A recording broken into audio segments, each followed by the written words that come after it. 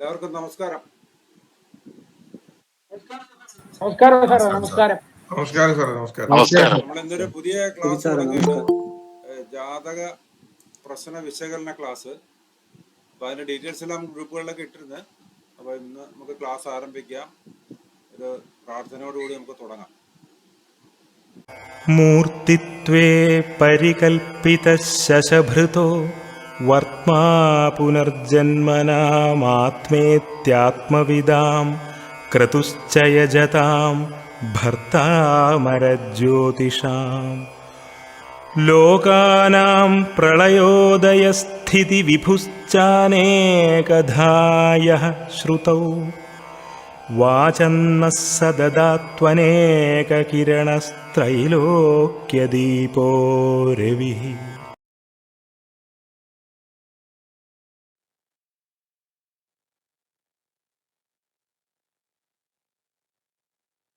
എല്ലാവർക്കും സ്വാഗതം ക്ലാസ്സിലേക്ക്. അപ്പോൾ ജാതകവും പ്രശ്ന വിശകലനവുമാണ് നമ്മൾ ഉദ്ദേശിക്കുന്നത്. അതില്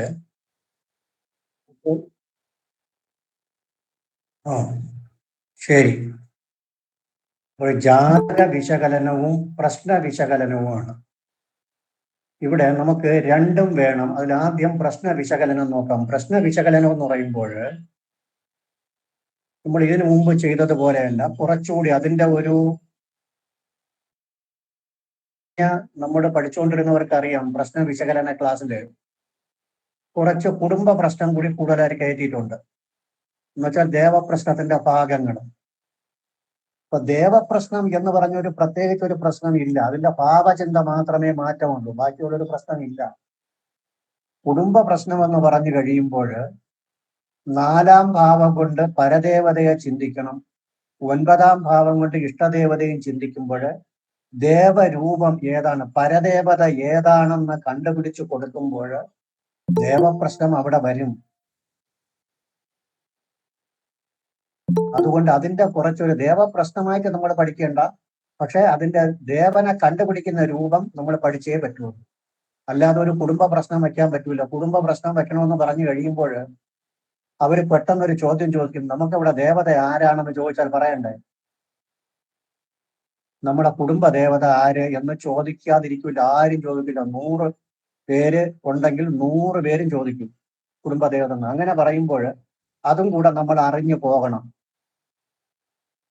അപ്പോൾ ഭാവചിന്തയ്ക്ക് 1-ാം ഭാവം കൊണ്ട് ലഗ്നം ദേഹസ്യ സൗഷ്ഠവം ശരി തന്നെ.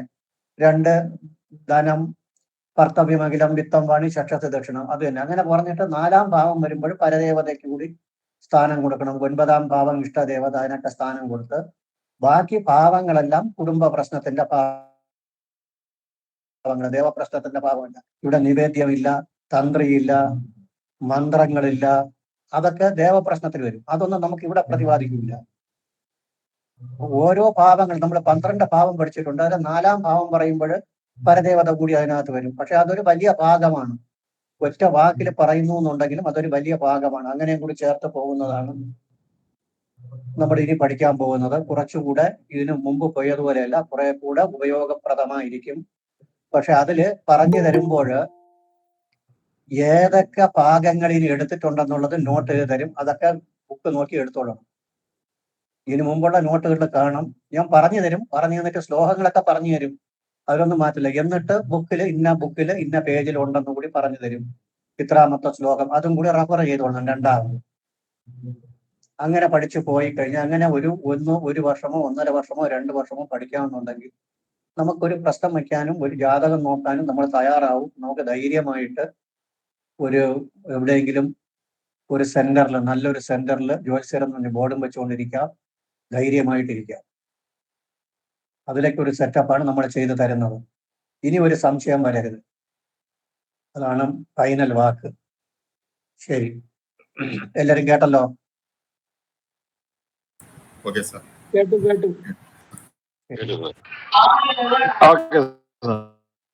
അതെ. അപ്പോൾ ആദ്യമായിട്ട് ഒരു പ്രശ്നം, നമ്മൾ ഒരു കുടുംബ പ്രശ്നമാണ് എഴുതുന്നത്. ഒരു വീട്ടിൽ പോയി ഞാൻ വച്ച ഒരു പ്രശ്നമാണ്.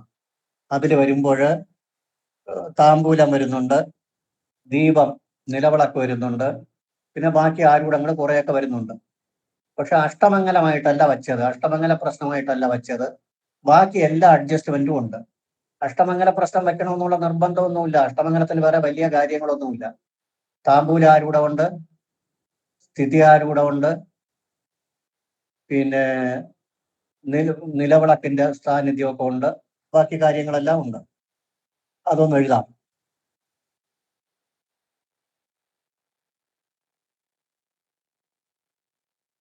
ആയിരത്തി 1199 എഴുതിക്കൊള്ളണം.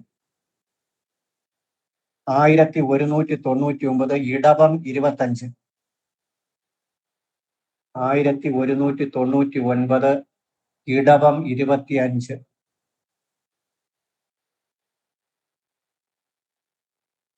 ഒരു വര വരച്ച് നിർത്തിയിട്ട് അതിന്റെ അടിയില് 2024 ജൂൺ 8 എന്ന് എഴുതിക്കൊള്ളണം. English date 2024 June 8.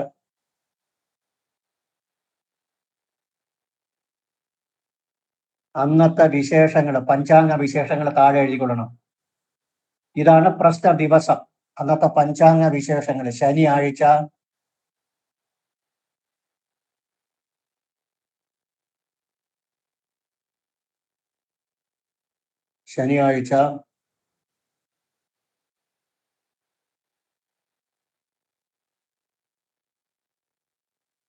തിരുവാതിര നക്ഷത്രം,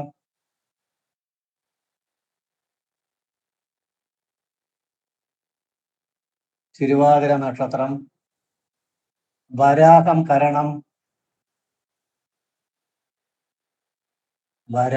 കരണം, ഗന്ധ നിത്യയോഗം,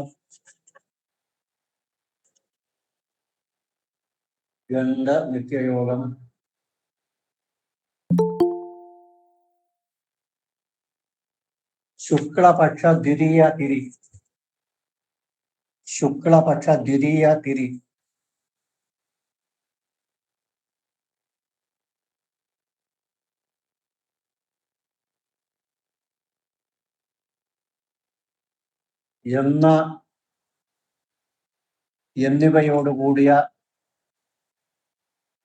എന്നിവയോടുകൂടിയ ദിനം,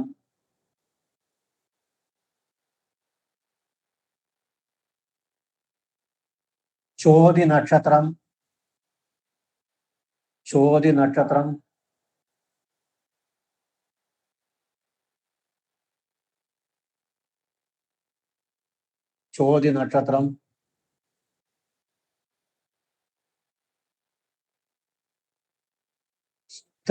സ്ത്രീയാണ്, ഒരു സ്ത്രീയാണ്.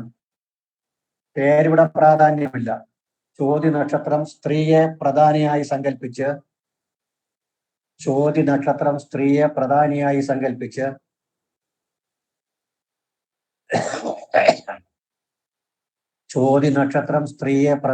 സങ്കല്പിച്ച് പ്രഷ്ടാവിന്റെ ഗ്രഹത്തിൽ വച്ച് നടത്തപ്പെട്ട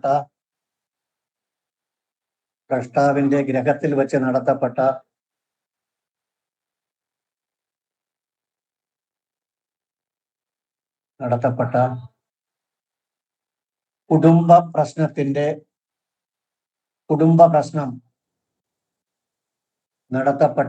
പ്രശ്നം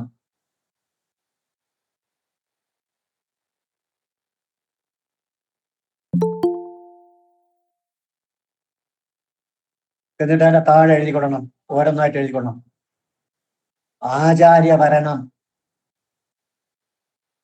ആചാര്യവരണം,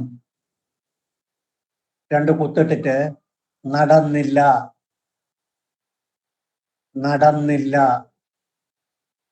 പ്രഥമാക്ഷരം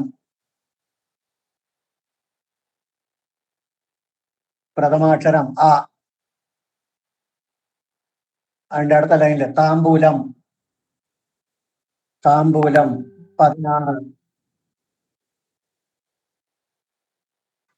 എത്രയാ സാർ താമ്പൂലം? 16, 1-6. താമ്പൂല ഗ്രഹം ശനി.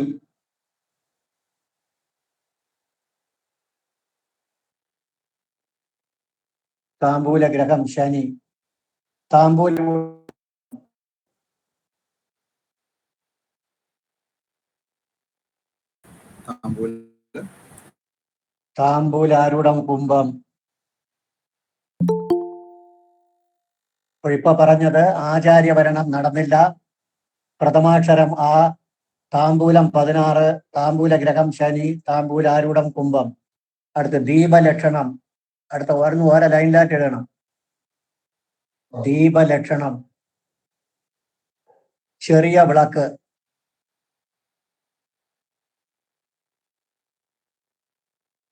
അലങ്കാരമില്ല.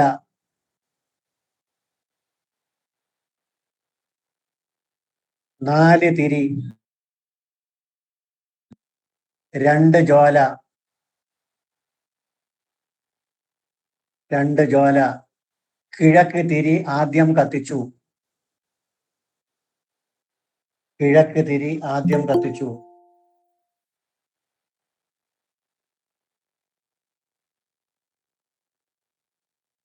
ചെറിയ ജ്വാല. വടക്ക് ചായ്വ്. ചെറിയ ജ്വാല, വടക്ക് ചായ്വ്. നിർമ്മലമായ എണ്ണ. നിർമ്മലമായ എണ്ണ. കൈ കൊണ്ട് തിരി നീക്കി. എന്താ സാറേ? കൈ കൊണ്ട് തിരി നീക്കി. കൈ കൊണ്ട് തിരി നീക്കി.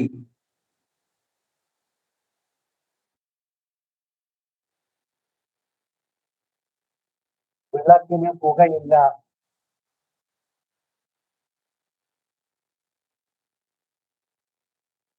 സാറെ കേട്ടില്ല.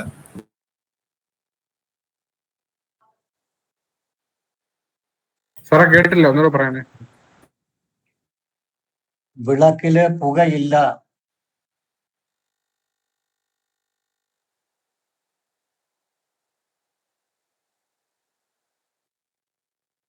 ഒന്നുകൂടി പറയാം. ഇപ്പൊ പറഞ്ഞാൽ ഒന്നുകൂടി പറയാം. ചെറിയ വിളക്ക്, അലങ്കാരമില്ല, 4 തിരി, 2 ജ്വാല. ചെറിയ വിളക്ക്, അലങ്കാരമില്ല, 4 തിരി, 2 ജ്വാല. കിഴക്ക് ആദ്യം കത്തിച്ചു. ചെറിയ ജ്വാല, വടക്ക് ചായ്വ്. നിർമ്മലമായ എണ്ണ. കൈ കൊണ്ട് തിരി നീക്കി.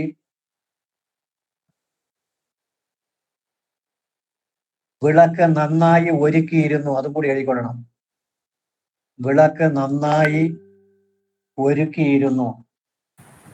സാറേ, അത് തുടക്കം അലങ്കാരമില്ല എന്ന് പറഞ്ഞായിരുന്നു സാർ. എന്ത്? അലങ്കാരമില്ല എന്ന് സാറ് അത് പറഞ്ഞായിരുന്നു. തുടക്കം ചെറിയ വിളക്ക് അലങ്കാരം എന്ന് അലങ്കാരമില്ല. ഉദ്ദേശിക്കുന്നത് ഈ കിളി വിളക്കൊക്കെ ഇല്ലേ? കിളി വിളക്ക് വയ്ക്കാൻ പാടില്ല. വിളക്കിലെ അലങ്കാരം എന്ന് പറഞ്ഞാൽ കിളി വിളക്കൊക്കെ വയ്ക്കും ചിലർ കൊണ്ടുവന്ന്. അതാണ് അലങ്കാരമില്ല എന്ന് എഴുതിയതിന്റെ ഉദ്ദേശം. കിളി വിളക്കല്ല. ബാക്കി വിളക്കിനെ നന്നായിട്ട് കഴുകി വൃത്തിയാക്കി ചന്ദനം പുരട്ടി, ഭസ്മം ചന്ദനമൊക്കെ പുരട്ടി, പിച്ചിപ്പൂ വെച്ച് കെട്ടി നല്ല രീതിയിൽ അലങ്കരിച്ചിരുന്നു. അതാണ് രണ്ടാമത് എഴുതിയതിന്റെ അർത്ഥം. അല്ല, ആചാരത്തല്ല. അതാണ് അലങ്കാരമില്ല എന്ന് പറഞ്ഞത്. അല്ലെങ്കിൽ അലങ്കാരമില്ല എന്നുള്ളതിനെ വെട്ടിയിട്ട് കിളി വിളക്കല്ല എന്നെഴുതിയാലും മതി. നമ്മൾ എഴുതുമ്പോൾ അങ്ങനെയാണ് എഴുതാറുള്ളത്. ബ്രാക്കറ്റ് എഴുതിയിരുന്ന ഇല്ലല്ലോ സാർ.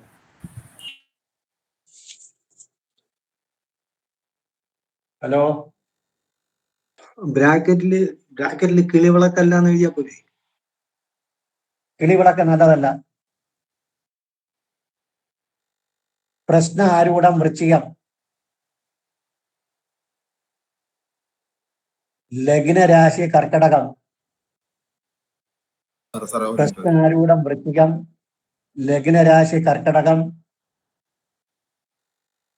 പ്രശ്ന സമയം 10:20 AM.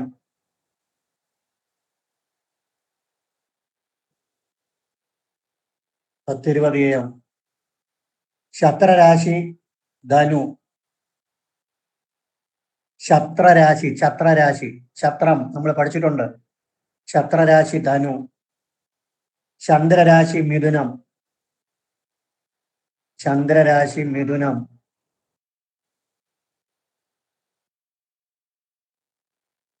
ഇപ്പൊ പറഞ്ഞത് പ്രശ്നാരൂഢം വൃശ്ചികം, ലഗ്നരാശി കർക്കടകം, പ്രശ്ന സമയം 10:20 AM, ഛത്രരാശി ധനു, ചന്ദ്രരാശി മിഥുനം. ഇനി ഗ്രഹനില എഴുതിക്കൊള്ളണം. പ്രശ്നാരൂഢം തെറ്റില്ലാതെ എഴുതണം. ഇതാണ് അത്യാവശ്യം. പ്രശ്നാരൂഢം നല്ലൊരു രാശിചക്രം വരയ്ക്കണം. നല്ലൊരു രാശിചക്രം വരയ്ക്കണം. മീനത്തിലെ രാഹു തെറ്റാതെ എഴുതിക്കൊള്ളണം. രണ്ടാമത് പറയൂല. മീനത്തിലെ രാഹു, മേടത്തിലെ ചൊവ്വ, ഇടവത്തില് ഗുരു, ശുക്രൻ, രവി, ബുധൻ. ഗുരു, ശുക്രൻ, രവി, ബുധൻ. ഇടവത്തില് രവി, ശുക്രൻ, ഗുരു, ബുധൻ. മിഥുനത്തിലെ ചന്ദ്രനും മാന്നിയും. കർക്കടക ലഗ്നം.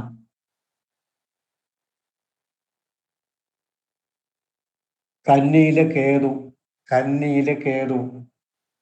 വൃശ്ചിക ആരൂഢം.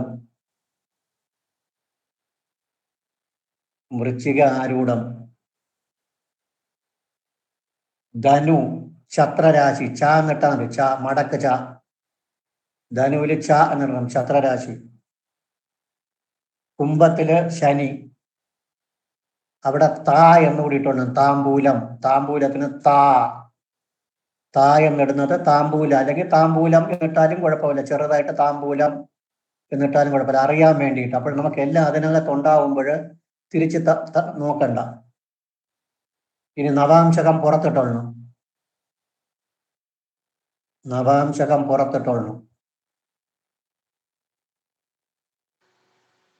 സാർ ഈ ലഗ്നരാശി എന്ന് വെച്ചാൽ മനസ്സിലായില്ല. ആ സമയത്തുള്ള ലഗ്നം. ഓ, ആ സമയത്തുള്ള ലഗ്നം ഉദയലഗ്നമാണ് അല്ലേ? ലഗ്നം അദ്ദേഹം ലഗ്നം എന്ന് ഉദ്ദേശിച്ചത്. അപ്പൊ ഈ ഛത്രരാശി എന്ന് വെച്ചാൽ എന്താണ് സാറേ? ഛത്രരാശി എന്ന് വെച്ചാൽ പറഞ്ഞുതരാം. ഛത്രരാശി നമ്മൾ പഠിപ്പിച്ചിട്ടുണ്ട്, എല്ലാ ക്ലാസ്സിലും പറഞ്ഞു തന്നിട്ടുണ്ട്. പറഞ്ഞുതരാം. ഓരോന്നും എടുക്കുമ്പോഴും അത് പറഞ്ഞു തന്നേ പോവുള്ളൂ. എല്ലാം പറഞ്ഞു തന്ന് ഏത് പേജിലുണ്ടെന്ന് പറഞ്ഞു തന്നേ പോവുള്ളൂ. ഇടവത്തിലെ നവാംശകം ഇടവത്തിലെ ശനി, ചൊവ്വ, ബുധൻ. ഇടവത്തില്. മിഥുനത്തിലെ കേതു. ചിങ്ങത്തിലെ രവിയും ശുക്രനും. ഒന്നുകൂടെ പറയണം സാറേ. ഇടവത്തിലെ ചൊവ്വ, ശനി, ബുധൻ.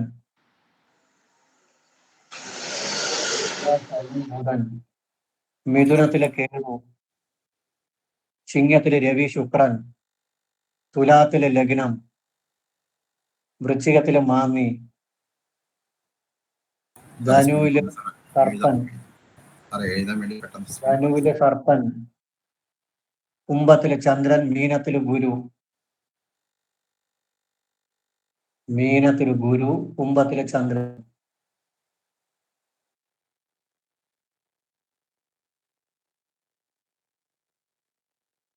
ത്രിസ്ഫുടം. സാറേ വൃശ്ചികത്തിൽ എന്താ പറഞ്ഞു? വൃശ്ചികം ആരൂഢം കഴിഞ്ഞിപ്പോ നവാംശകത്തില്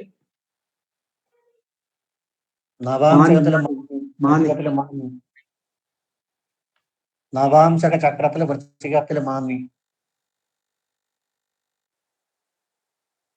ത്രിസ്ഫുടം അതും കൂടെ ഞാൻ എടുത്തു. ത്രിസ്ഫുടം കൂടി എടുക്കാം, കുഴപ്പമില്ല. ത്രിസ്ഫുടം ധനുരാശി, മൂലം നക്ഷത്രം.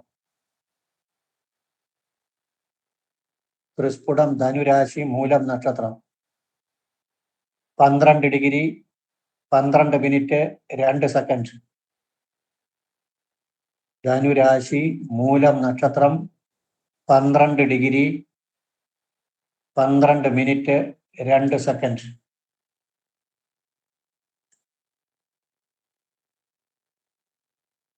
അപ്പോൾ ഈ ആരൂടെ ഒന്നുകൂടി നോക്കിക്കൊണ്ട്, ഈ ആരൂടത്തിന് ഒന്നുകൂടി നോക്കി. ആദ്യം ഗ്രഹനില പറയുകയാണ്. മീനത്തില് രാഹു, മേടത്തില് ചൊവ്വ, ഇടവത്തില് ഗുരു, ശുക്രൻ, രവി, ബുധൻ.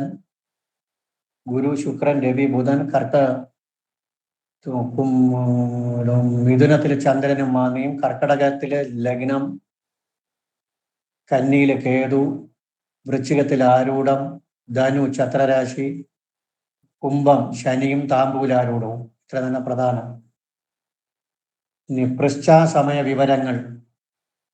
പൃശ്ചാസമയം എന്ന് പറഞ്ഞു കഴിഞ്ഞാൽ നമ്മളെ വന്ന് വിളിക്കുന്നത് അല്ലെങ്കിൽ ടെലഫോണിലൂടെ വിളിക്കുന്ന സമയം. അതാണ് പൃശ്ചാസമയ വിവരങ്ങൾ എന്ന് പറയുന്നത്.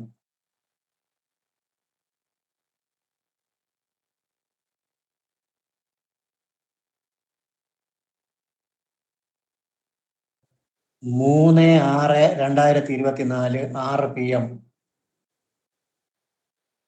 3/6/2024 6 PM.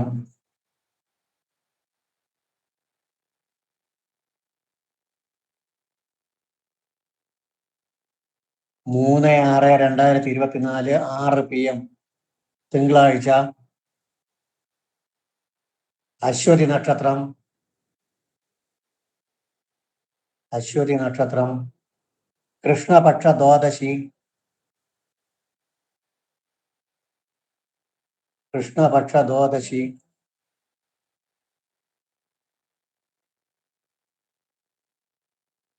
ഗർദപം കരണം. ഗർദപം കരണം. ശോഭന നിത്യയോഗം.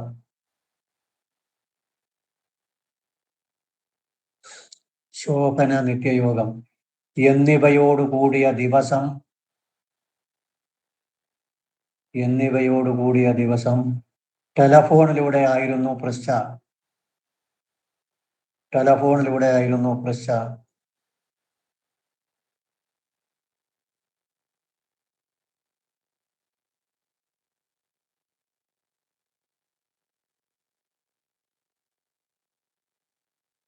ദൈവജ്ഞൻ.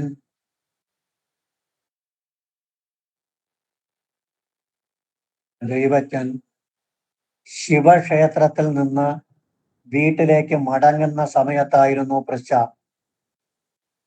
ശിവക്ഷേത്രത്തിൽ നിന്ന് വീട്ടിലേക്ക് മടങ്ങുന്ന സമയത്തായിരുന്നു പൃശ്ച.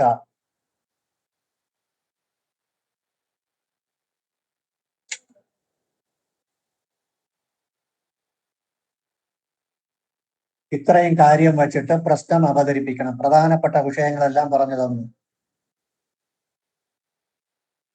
ഇത്രയും കാര്യങ്ങൾ മതി. നമുക്ക് 2 ആരൂഢങ്ങളുണ്ട്.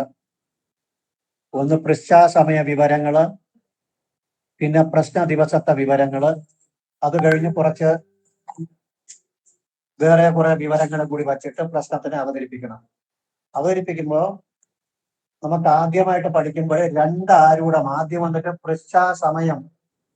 പൃശ്ചാസമയ വിവരമാണ് ഇപ്പൊ എഴുതിയ ഗ്രഹനില. ഇപ്പൊ എഴുതിയ ഗ്രഹനില പൃശ്ചാസമയ വിവരം. ആദ്യം എഴുതിയ ഗ്രഹനില പ്രശ്നാരൂഢം. അത് അറിഞ്ഞിരിക്കണം. പ്രശ്നാരൂഢം എന്ന് പറയുന്നത് നമ്മളവിടെ പോയിട്ട് പോകുന്നതിന്റെ അന്ന് വയ്ക്കുന്ന ആരൂഢം. ഇത് രണ്ടും നമ്മൾ സാധാരണയായിട്ട് കുടുംബ പ്രശ്നത്തിന് പറയുമ്പോൾ ചിലര് രണ്ടും കൂടെ മിക്സ് ചെയ്ത് പറയും, ചിലർ ഓരോന്നോരോന്നായിട്ട് എടുത്ത് പറയും. രണ്ടും കൂടെ മിക്സ് ചെയ്ത് പറയണമെന്നുണ്ടെങ്കിൽ നല്ല എക്സ്പെർട്ട് ആയിരിക്കണം. ഇപ്പൊ ഞാൻ രണ്ടും കൂടെ മിക്സ് ചെയ്ത് പറഞ്ഞു കഴിഞ്ഞാൽ നിങ്ങൾക്കത് മനസ്സിലാക്കാൻ ബുദ്ധിമുട്ടായിരിക്കും. ഞാൻ പ്രിപ്പയർ ചെയ്ത് വെച്ചേക്കുന്നതുകൊണ്ട് എനിക്ക് എളുപ്പമായിരിക്കും, നിങ്ങൾക്ക് പ്രയാസം വരും. അതുകൊണ്ട് ഓരോന്നോരോന്നായിട്ട് പഠിക്കാം. ആദ്യം പൃശ്ചാസമയ വിവരമാണ് ആദ്യം എടുക്കേണ്ടത്. പൃശ്ചാസമയ വിവരം. പൃശ്ചാസമയ വിവരം എന്ന് പറയുന്നത് നമ്മള് ടെലഫോണിലൂടെ, ഈ പ്രശ്നത്തില് ടെലഫോണിലൂടെ വിളിച്ച സമയത്തെ അടിസ്ഥാനപ്പെടുത്തി രണ്ടാമത് എഴുതിയ ഗ്രഹനില. അതിനെ വച്ചിട്ട് നമുക്ക് നോക്കണം. അത് തിങ്കളാഴ്ചയാണ്. അശ്വതി നക്ഷത്രം, കൃഷ്ണപക്ഷ ദ്വാദശി തിഥി, ഗർദപം കരണം, ശോഭന നിത്യയോഗം. ആ സമയത്തുള്ള ലഗ്നം വൃശ്ചികം. ഗ്രഹനിലയെല്ലാം പറഞ്ഞു തന്നിട്ടുണ്ട്. രണ്ടാമത്തെ ഗ്രഹനില പറഞ്ഞില്ല. അത് വെച്ചിട്ട് എന്തൊക്കെ പറയാമെന്ന് നോക്കണം. രണ്ടാമത്തെ ഗ്രഹനില പറഞ്ഞില്ല. എന്ത്? സമയത്തെ ഗ്രഹനില പറഞ്ഞില്ല. ഗ്രഹനില പറഞ്ഞില്ലേ? ഇല്ല ഇല്ല. സമയത്ത് ഗ്രഹനില പറഞ്ഞില്ല. എഴുതിക്കൊള്ളണം.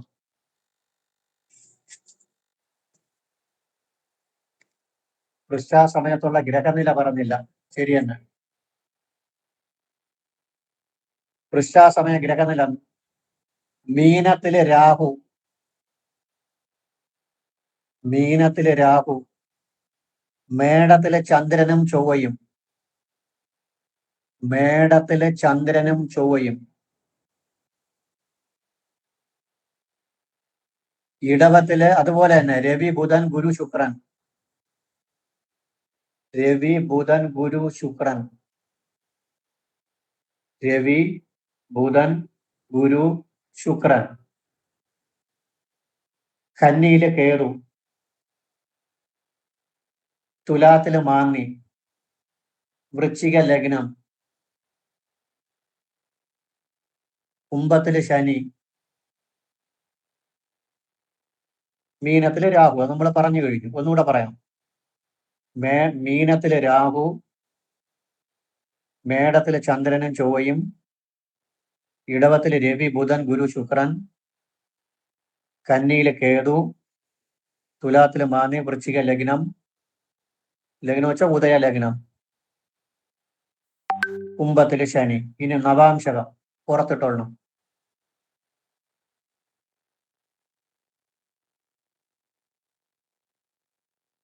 മീനത്തില് ഗുരു, മേടത്തില് ചൊവ്വ, ഇടവത്തില് ശനി, മിഥുനത്തില് രവിയും ചന്ദ്രനും, രവി ചന്ദ്രൻ ശുക്രൻ ശിഖി, രവി ചന്ദ്രൻ ശുക്രൻ ശിഖി, തുലാത്തില് ലഗ്നവും മാമിയും, തുലാത്തില്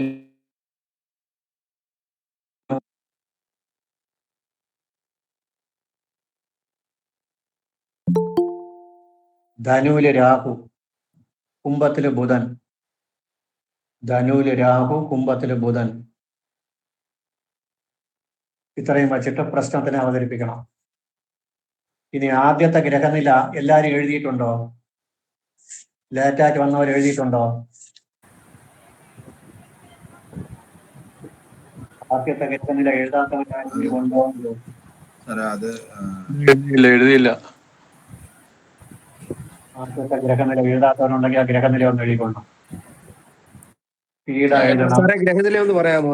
എഴുതിയെടുത്തിട്ടില്ല, ഇപ്പഴാ കയറിയത്. ആദ്യത്തെ ഗ്രഹനില എന്ന് വെച്ചാൽ പ്രശ്നാരൂഢത്തിന്റെ ഗ്രഹനില കുറച്ചുപേര് ലേറ്റായിട്ട് ഒന്ന് വേണമെങ്കിൽ പെട്ടെന്ന് എഴുതിക്കൊള്ളണം. സ്പീഡാ എഴുതണം. പറഞ്ഞോളൂ സാറേ.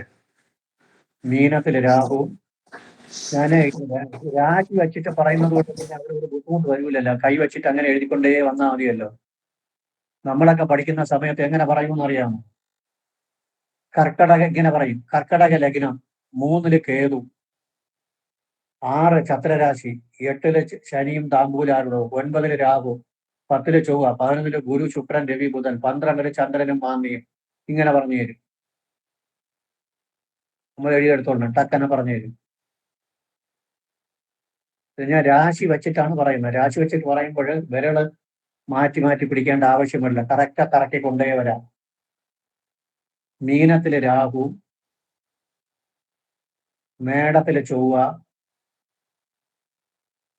ഇടവത്തില് ഗുരു ശുക്രൻ രവി ബുധൻ, ഗുരു ശുക്രൻ രവി ബുധൻ. മിഥുനത്തിലെ ചന്ദ്രൻ മാന്നി, മിഥുനത്തിലെ ചന്ദ്രൻ മാന്നി. കർക്കടകത്തില് ഉദയലഗ്നം, ലാന്നിട്ടാ മതി.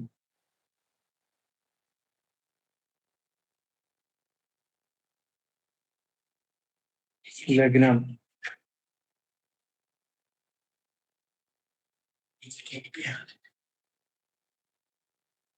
കന്നിയില് കേതു,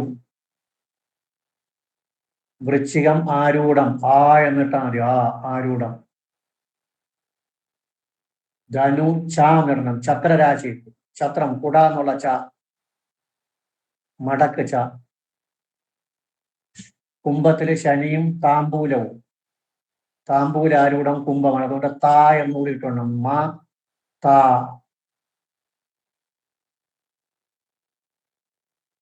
ഇനി നവാംശകം പുറത്തെഴുതിക്കൊള്ളണം. ഇടവത്തില് ചൊവ്വ, ബുധൻ, ശനി. ഇടവത്തില് ചൊവ്വ, ബുധൻ, ശനി. മിഥുനത്തില് കേതു. ചിങ്ങത്തില് രവി, ശുക്രൻ. തുലാത്തില് ലഗ്നം. വൃശ്ചികത്തില് മാന്നി. ധനുവില് രാഹു. കുംഭത്തില് ചന്ദ്രൻ, മീനത്തില് ഗുരു. ഇനി ഇത്രയും കാര്യങ്ങൾ വച്ചിട്ട് അതിലാദ്യമായിട്ട് നമ്മൾ നോക്കേണ്ടത് വൃശ്ചാസമയ വിവരത്തിന് പറയണം. അതില് ഞാൻ പറഞ്ഞപ്പോൾ എന്ത് പോയി കഴിഞ്ഞാൽ ആവശ്യമുള്ള കാര്യങ്ങൾ നോട്ട് ചെയ്തുള്ളൂ, അതോ അത് നോട്ട് തരണോ? ആവശ്യമുള്ളതിനെ നോട്ട് ചെയ്തുകൂടെ? നോട്ട് എഴുതിക്കോളൂ സാർ പറയുമ്പോൾ. നോട്ട് തരണം സാറേ. ഒരുപാട് സമയം പോകും. പറയുമ്പോൾ ആവശ്യമുള്ളതിനെ എഴുതിക്കൊണ്ട് പോയിട്ട് പ്രധാനപ്പെട്ട വിഷയങ്ങൾ നിങ്ങൾക്ക് മനസ്സിലാക്കാൻ ബുദ്ധിമുട്ടുള്ളത് എനിക്ക് മനസ്സിലാവും. അതിന് ഞാൻ ഈ ശ്ലോകങ്ങൾ വരുന്ന ഭാഗങ്ങളൊക്കെ നോട്ട് തരാം, ബാക്കിയുള്ള എഴുതിക്കൊള്ളണം. അതായത് ആദ്യം നമ്മൾ പ്രശ്നത്തിന് ആദ്യം നോക്കേണ്ടത് സമയവിശേഷങ്ങളാണ് ആദ്യം നോക്കേണ്ടത്. എപ്പോഴാണ് നമ്മളെ വിളിച്ചു എന്നുള്ളത് നോക്കണം, അത് ആദ്യം നോക്കണം. വിളിച്ചത് വൈകുന്നേരം സന്ധ്യക്ക് എത്ര സമയം? 6 PM. 6 PM വിളിച്ചത്.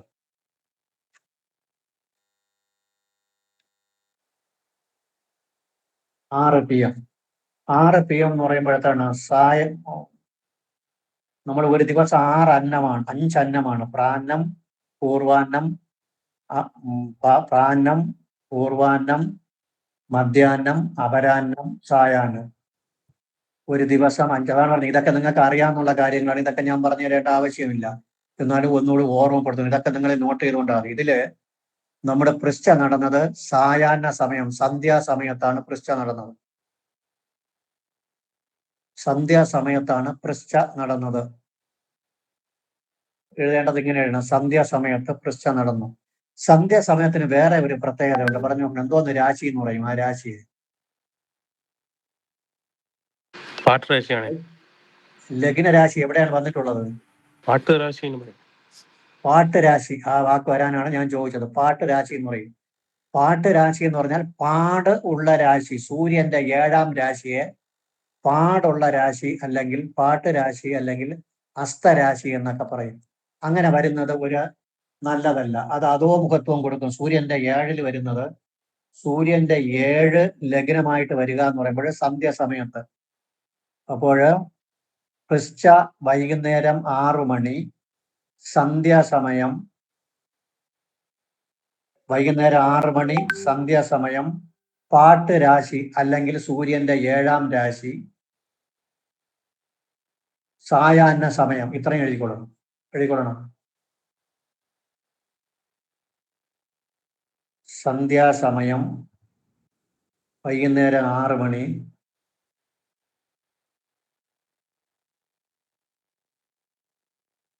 പാട്ടുരാശി ബ്രാക്കറ്റിൽ സൂര്യന്റെ 7ാം രാശി. പാട്ടുരാശി അല്ലെങ്കിൽ സൂര്യന്റെ 7ാം രാശി. ഇതിനി അടുത്ത് പറയൂല, നോക്കി വെച്ചോളണം. ഇതൊക്കെ വീട്ടിൽ വെച്ച് കാണാതെ പഠിക്കണം. പാട്ടുരാശി, സൂര്യന്റെ 7ാം രാശി.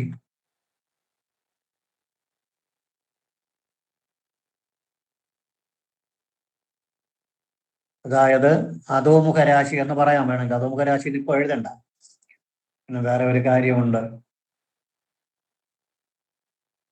2-3 ശുഭന്മാരുടെ അവിടെ നിൽപ്പുണ്ട്.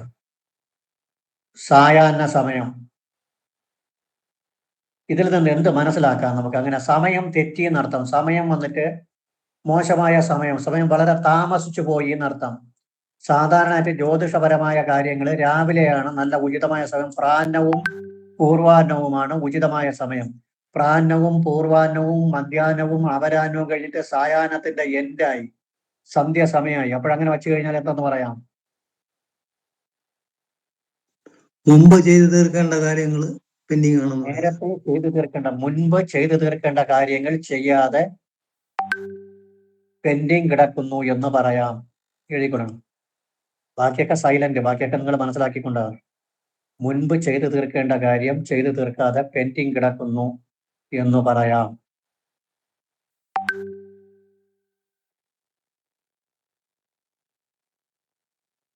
അടുത്ത അപ്പോൾ സമയവിശേഷമായി. അടുത്തിന് തിരി നോക്കണം. ഒരു ശ്ലോകം നമ്മൾ പഠിച്ചിട്ടുണ്ടല്ലോ, ആ ശ്ലോകം ആർക്കെങ്കിലും അറിയാം? തിതൗ ശുഭായാം, എഴുതിക്കൊള്ളണം. തിതൗ ശുഭായാം ശുഭതേ അനുകൂലേ താരേ. തിതൗ ശുഭായാം ശുഭതേ അനുകൂലേ താരേ ദിനേ പാനു ശുഭഗ്രഹാണാം. ദിനേ പാനു ശുഭഗ്രഹാണാം. ഇത് പ്രശ്നമാർഗത്തിലെ രണ്ടാമത്തെ ചാപ്റ്ററിൽ മൂന്നാമത്തെ ശ്ലോകമാണ്. നോക്കിയെടുത്തോണ്ടാ മതി. പ്രശ്നമാർഗം തുറക്കുമ്പോൾ ആദ്യത്തെ 2 പേജിന്റെ അകത്ത് വരും. രണ്ടാമത്തെ ചാപ്റ്ററിൽ 3ാമത്തെ ശ്ലോകം എന്നിട്ടുണ്ടാ മതി. ശ്ലോകം അവിടെ നിന്ന് തിതൗ ശുഭായാം എന്ന് തുടങ്ങുന്ന ശ്ലോകം യാതൊന്ന് നോക്കിക്കൊണ്ടാ മതി. ഇതിന്റെ അർത്ഥം എന്താണ്? ഒരു പ്രശ്നത്തിന് തിഥി ശുഭമായിരിക്കണം, ശുഭതേ അനുകൂലേ താരെ നക്ഷത്രം ശുഭമായിരിക്കണം, അനുകൂലമായിരിക്കണം, ദിനെ വാരം നന്നായിരിക്കണം, പാനു മുതലായ ശുഭഗ്രഹങ്ങളെല്ലാം അനുകൂലമായിരിക്കണം. അപ്പോൾ പാനു സൂര്യനെയും കൂടി അവിടെ ഉൾപ്പെടുത്തിയിട്ടുണ്ട്. ചന്ദ്രൻ ബലമുണ്ടെങ്കിൽ ശുഭനാണ്. അപ്പോൾ സൂര്യനും ചന്ദ്രനും വ്യാഴവും ശുക്രനും ബുധനും ഒക്കെ അനുകൂലിക്കണം എങ്കിൽ പ്രശ്നം നന്നായിരിക്കും എന്നർത്ഥം. അപ്പോൾ ഇതൊരു നല്ലൊരു ശ്ലോകമാണ്, പഠിക്കാൻ പറ്റിയ ഒരു ശ്ലോകമാണ്, പഠിക്കാൻ നല്ല എളുപ്പവുമാണ്. ഭാഷാ ശ്ലോകമാണ്. തിതൗ ശുഭായാം ശുഭതേ അനുകൂലേ താരെ ദിനേ പാനു ശുഭഗ്രഹാണാം. ഒരു 2-3 പ്രാവശ്യം ഉരുവിട്ട് കഴിഞ്ഞാൽ കാണാതെ മനസ്സിലാവും. തിതൗ ശുഭായാം ശുഭതേ അനുകൂലേ താരെ ദിനേ പാനു ശുഭഗ്രഹാണാം. അല്ല, ആദ്യം തിഥി ശുഭമായിരിക്കണം. തിഥി മോശമുള്ള തിഥികൾ ഏതൊക്കെ? ബാക്കിയൊക്കെ നോട്ടിൽ തന്നിട്ടുണ്ട്. മോശമുള്ള തിഥികൾ ഏതൊക്കെ? റിക്തതിഥികള് ചതുർത്ഥി, ചതുർദശി, നവമി 2 പക്ഷത്തിലും വരുന്ന ചതുർത്ഥി, ചതുർദശി, നവമി, അഷ്ടമി, കറുത്ത വാവ്, പിന്നെ കറുത്ത വാവ് കഴിഞ്ഞ് വരുന്ന വെളുത്ത പ്രതിപദത്തിന്റെ 30 നാഴിക. അതും കൂടെ അത് സ്ഥിരകരണത്തിൽ വരുന്നതാണ്. അതുകൊണ്ട് നമ്മൾ പഠിക്കുമ്പോൾ അതും കൂടി ചേർത്തങ്ങ് പഠിച്ചാൽ നന്നായിരിക്കും. എഴുതിക്കൊള്ളണം. നമുക്ക് പഠിക്കാൻ വേണ്ടിയിട്ടാണ് നമ്മൾ ഒന്ന് എക്സാമ്പിൾ, 2 അത് പഠിക്കുകയും കൂടി വേണം. 2 കൂടെ ചേർന്ന് പോകണം, എങ്കിലേ ഉപയോഗമുള്ളൂ. അല്ലാതെ എങ്ങനെ കിട്ടിയെന്നുള്ള പോയിന്റ് മാത്രം എഴുതിയിട്ട് പോയാൽ നിങ്ങൾക്ക് ഒരു ഉപയോഗവും കിട്ടൂല. ചതുർത്ഥി, ചതുർദശി, നവമി, അഷ്ടമി,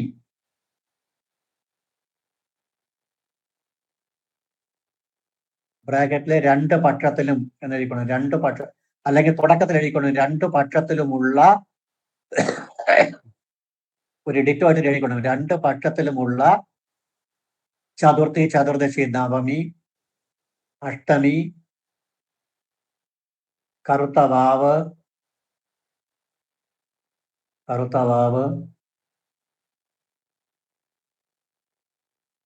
കറുത്ത വാവ് കഴിഞ്ഞ് വരുന്ന പ്രഥമയുടെ ആദ്യത്തെ 30 നാഴിക,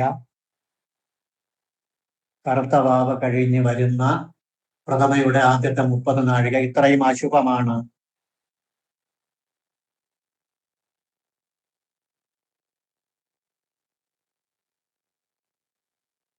ഇത്രയും അശുഭമാണ്. അടുത്ത് ഇവിടെ പക്ഷം ഏതാണ്? ഏത് പക്ഷമാണ്? കൃഷ്ണപക്ഷം. കൃഷ്ണപക്ഷം.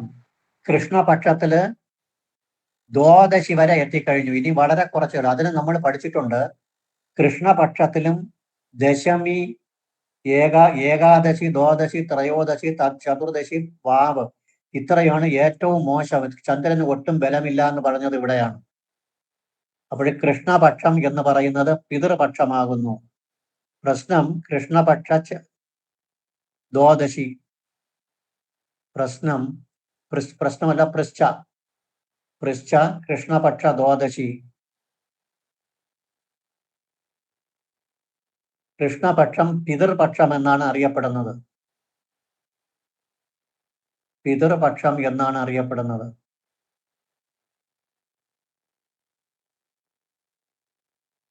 ഐശ്വര്യമില്ലാത്ത തിഥി. ഐശ്വര്യമില്ലാത്ത തിഥി. തിഥിയുടെ കാരകന്മാർ സൂര്യനും ചന്ദ്രനും. ഇനി അവിടെ നോക്കാം, അവരെവിടെയൊക്കെ നിൽക്കണം നോക്കാം.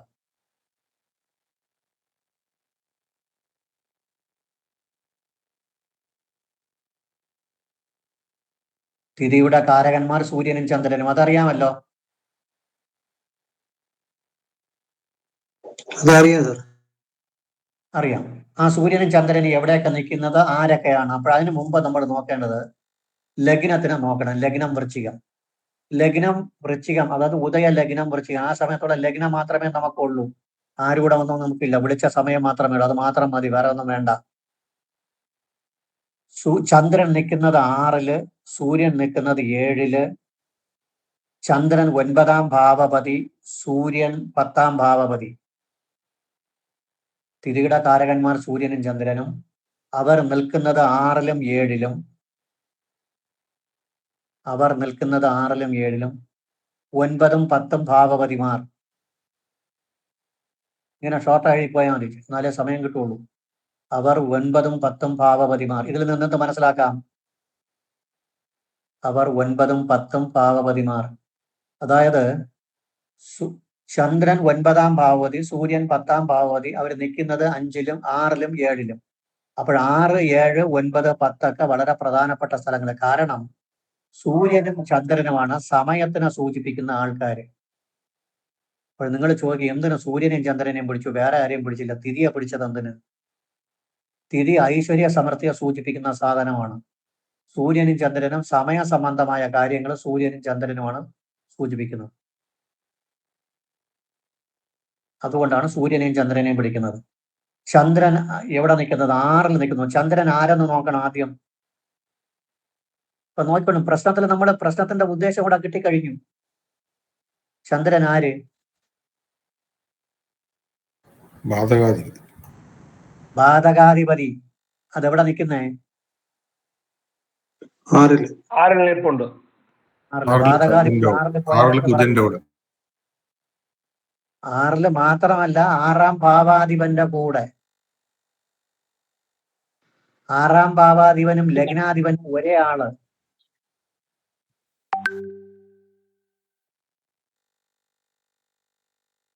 അപ്പോൾ ബാധകാധിപൻ 6-ല് പോയി 6-ാം ഭാവാധിപനും ബാധകാധിപനും ഒരുമിച്ചായാൽ എന്ത് പറയാം? ആഭിചാരം പറയാം. അടുത്ത ആഭിചാരമുണ്ട്. കണ്ടോ, കിട്ടിയത് കണ്ടോ? നമ്മൾ തിരിയിൽ കൂടി വന്നപ്പോൾ പെട്ടെന്ന് ഒരു കാര്യം കയ്യിൽ കിട്ടി. കടുത്ത ശത്രുദോഷമുണ്ട്, ആഭിചാര ദോഷം ശക്തമായിട്ടുണ്ട്. അത് നമ്മളെ ഈ കുടുംബത്തിൽ ഈ പ്രസ്താവന ബാധിച്ചിട്ടുണ്ട്. പ്രസ്താവന ബാധിച്ചിട്ടുണ്ടെന്നുള്ളത് എങ്ങനെ പറയാം? ലഗ്നവുമായിട്ട് ബന്ധം വേണം. ലഗ്നവുമായിട്ട് ബന്ധമുണ്ട്, ലഗ്നാധിപനുമായിട്ട് ബന്ധമുണ്ട്. അതാണ് പറഞ്ഞത്, ആ ബാധകാധിപൻ നിൽക്കുന്നത് ലഗ്നാധിപന്റെ കൂടെ. ലഗ്നാധിപനും 6-ാം ഭാവാധിപനും ഒരേ ആള്. ലഗ്നാധിപനും 6-ാം ഭാവാധിപനും ഒരേ ആളെന്ന് വെച്ചാൽ ശത്രു കൂടെ ഉള്ളവർ എന്നാന്നർത്ഥം. കുടുംബത്തിനകത്ത് തന്നെ ശത്രുക്കളുണ്ട്. കുടുംബ പ്രശ്നമല്ലേ? കുറെ കാലം കഴിയുമ്പോൾ അങ്ങോട്ടും കുസ്തിയും കാര്യങ്ങളൊക്കെ ഉണ്ടാവും. അത് കൂടെ ഉള്ളവരൊക്കെ തന്നെ ശത്രുക്കൾ ഇഷ്ടം പോലെ ഉണ്ടെന്ന് പറയണം.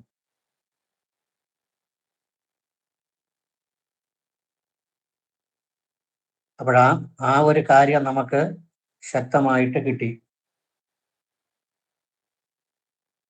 അപ്പോൾ ഒന്നിനൊന്നിന് ക്ഷയിച്ചുകൊണ്ട് വരികയാണ്. കാരണം കൃഷ്ണപക്ഷത്തിൽ ദ്വാദശിയായി. അപ്പോൾ കുടുംബത്തിന്റെ അവസ്ഥ ഒന്നിനൊന്നിന് ക്ഷയിച്ചു കൊണ്ടുവരുന്നു. കാരണം ഇനി ചന്ദ്രനും സൂര്യനും കൂടെ അടുക്കാൻ പോവുകയാണ്. അപ്പോൾ ചന്ദ്രൻ 6-ലാണ് ചന്ദ്രൻ നിൽക്കുന്നത്. ഇനി ആ ചന്ദ്രൻ അപ്പോഴതൊക്കെ എഴുതിക്കൊള്ളണം. ഇനി അടുത്ത കാര്യത്തിലേക്ക് കടക്കുകയാണ്. ചന്ദ്രൻ 9-ാം ഭാവപതി, ചന്ദ്രൻ ബാധകാധിപതി 6-ൽ നിൽക്കുന്നു. ചന്ദ്രൻ ബാധകാധിപതി 6-ൽ നിൽക്കുന്നു. 6-ാം ഭാവാധിപനും ബാധകാധിപനും ഒരുമിച്ചു. 6-ാം ഭാവാധിപനും ബാധകാധിപനും ഒരുമിച്ചു.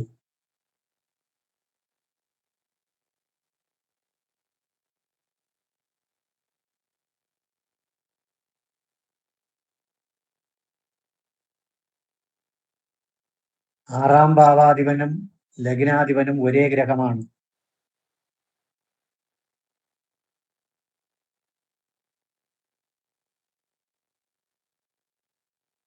ആറാം ഭാവാധിപനും ലഗ്നാധിപനും ഒരേ ഗ്രഹമാണ്. അതായത് ശത്രുദോഷം ഭ്രഷ്ടാവിനെയും ഭ്രഷ്ടാവിന്റെ കുടുംബത്തിനെയും ബാധിച്ചു എന്നർത്ഥം. ഭ്രഷ്ടാവിനെയും ഭ്രഷ്ടാവിന്റെ കുടുംബത്തെയും ബാധിച്ചു എന്നർത്ഥം. ഇനി ആ ചന്ദ്രൻ വേറെ എന്തൊക്കെയാണ് പറയുന്നത്? പിതൃസ്ഥാനാധിപതി. ചന്ദ്രൻ എന്തൊക്കെ പറയുന്നു? ചന്ദ്രൻ വെച്ചാല് മാതൃകാരകനാണ്. മാത്രമല്ല 9ാം ഭാവപതി ആയതുകൊണ്ട് പിതൃനെ കുറിച്ച് പിതൃനെ കുറിച്ച് സംബന്ധിച്ചുള്ള അശിവം മാതൃ സവക്ര ശശി. ചന്ദ്രനും ചൊവ്വയായിട്ട് നിൽക്കുന്നത് മാതാവിന് അമംഗളം എന്ന് പറയുന്നു. അശിവം മാത്രം മാത്രമല്ല, അവിടെ വേറെ ഒരു കൂട സ്ത്രീ ആസവ കുംഭപണ്യം അശിവം മാതൃസവക്ര ശശി. കൂട സ്ത്രീ ആസവം മദ്യമായിട്ട് ഇപ്പോ നമ്മളെ പ്രഷ്ടാവ് 84 വയസ്സായ ഒരു സ്ത്രീയാണ് നമ്മളെ പ്രഷ്ടാവ്. 84 85 എന്തൊക്കെ ആയി. അപ്പോൾ ആസവം എന്ന് വെച്ചാൽ മദ്യം. ചന്ദ്രന് ശനിയുടെ യോഗം വന്നാൽ ആസവം മദ്യം കൂടശ്രീയാസ കുംഭപണ്യം അശിവം മാതൃസവക്ര ശശി. അമ്മയ്ക്ക് നല്ലതല്ല എന്നാണ്. അമ്മയ്ക്ക് നല്ലതല്ല, മദ്യവുമായിട്ടുള്ള ബന്ധം ഉണ്ടാവും. അപ്പോൾ മദ്യവുമായിട്ടുള്ള ബന്ധം ആ അമ്മൂമ്മയ്ക്ക് എങ്ങനെ പറയും? അപ്പോൾ കുടുംബങ്ങൾ നശിച്ചു പോയിട്ടുണ്ട്. കുടുംബാംഗങ്ങൾ നശിക്കേണ്ട കാരണം ലഹരി കഴിക്കുന്ന സ്വഭാവം കുടുംബാംഗങ്ങൾക്ക് ഉണ്ടെന്ന് പറയാനേ പറ്റുള്ളൂ. അല്ലാതെ അമ്മൂമ്മേരെ മുഖത്ത് നോക്കി അമ്മൂമ്മ ഇഷ്ടം പോലെ വെള്ളം അടിക്കുമെന്ന് പറയാൻ പറ്റുമോ?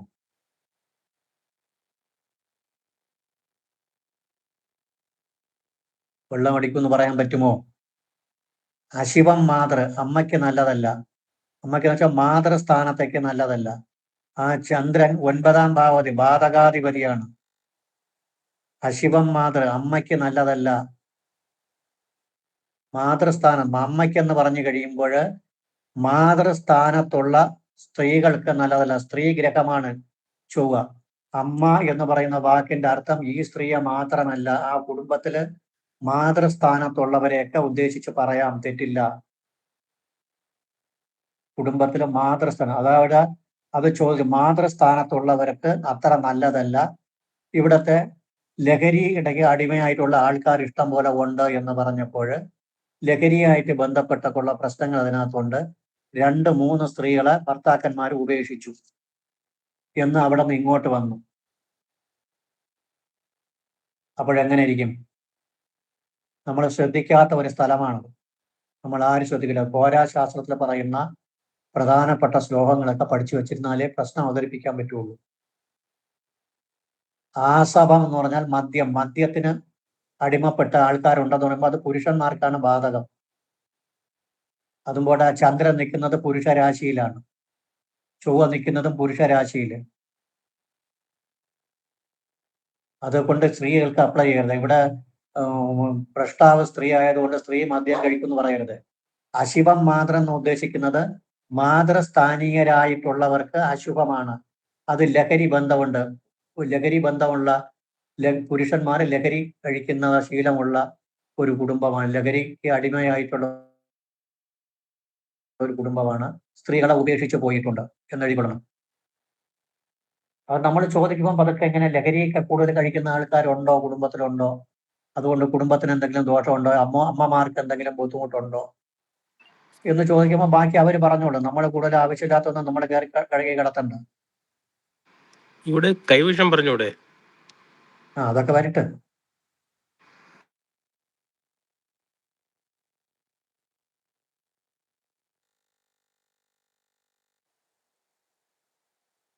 ചന്ദ്രനും ശനിയും കൂടി യോഗം ചെയ്യുന്നത് ലഹരി ബന്ധവും മാതാവിന് അശുഭവുമാണ് എന്നെഴുതുന്നു. ചന്ദ്രനും ചൊവ്വയല്ലേ സാറേ?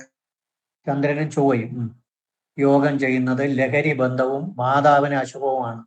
സൈഡില് പോര 14-ൽ 2-ല് 1-ാമത്തെ ലൈൻ റെഫർ ചെയ്ത് എടുത്തോളണം. പോര 14-ൽ 2-ല് ഫസ്റ്റ് ലൈൻ. അതിൽ ആവശ്യമുള്ളത് മാത്രം നമ്മൾ എടുത്താൽ ഒരുപാട് കാര്യങ്ങൾ പറയും ശ്ലോകത്തിൽ. നമുക്ക് ആവശ്യമുള്ള കാര്യം കൂടസ്ത്രീ ആസവ കുംഭമണ്യം ശിവം അതൊന്നും നമുക്ക് വേണ്ടത് ആസവം മദ്യത്തിന് ബന്ധം അമ്മയ്ക്ക് നല്ലതല്ല. മാതൃസ്ഥാനീയർക്ക് മാതൃസ്ഥാനീയർ എന്ന് പറയുമ്പോൾ എല്ലാവരെയും പറയാം, മാതൃസ്ഥാനത്തുള്ള എല്ലാവരെയും പറയാം.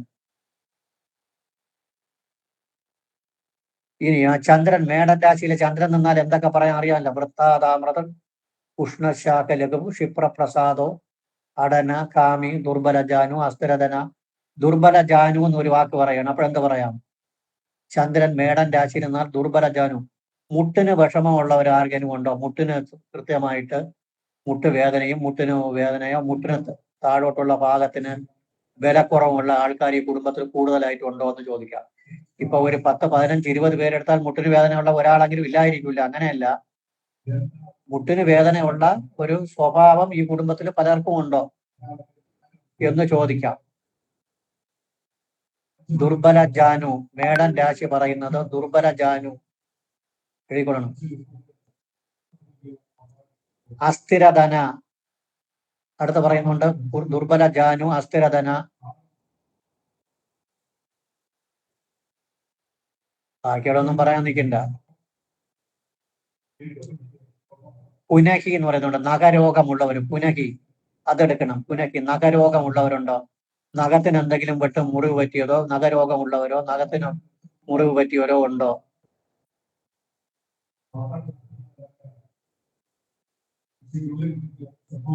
പ്രണാങ്കിത ശിര എന്ന് പറയുന്നില്ലേ ഇത്? വ്രണാങ്കിത ശിര അത് പറയുന്നുണ്ട്. വ്രണാങ്കിത ശിര എന്ന് പറഞ്ഞാൽ തലയില് തഴമ്പോ അടയാളമോ ഉള്ളവര്, അതൊക്കെ ചോദിച്ചു കഴിഞ്ഞാൽ അതിനേക്കാൾ ഇത് നമ്മൾ എഫക്റ്റീവായിട്ട് കണ്ടുവരുന്നതാണ്.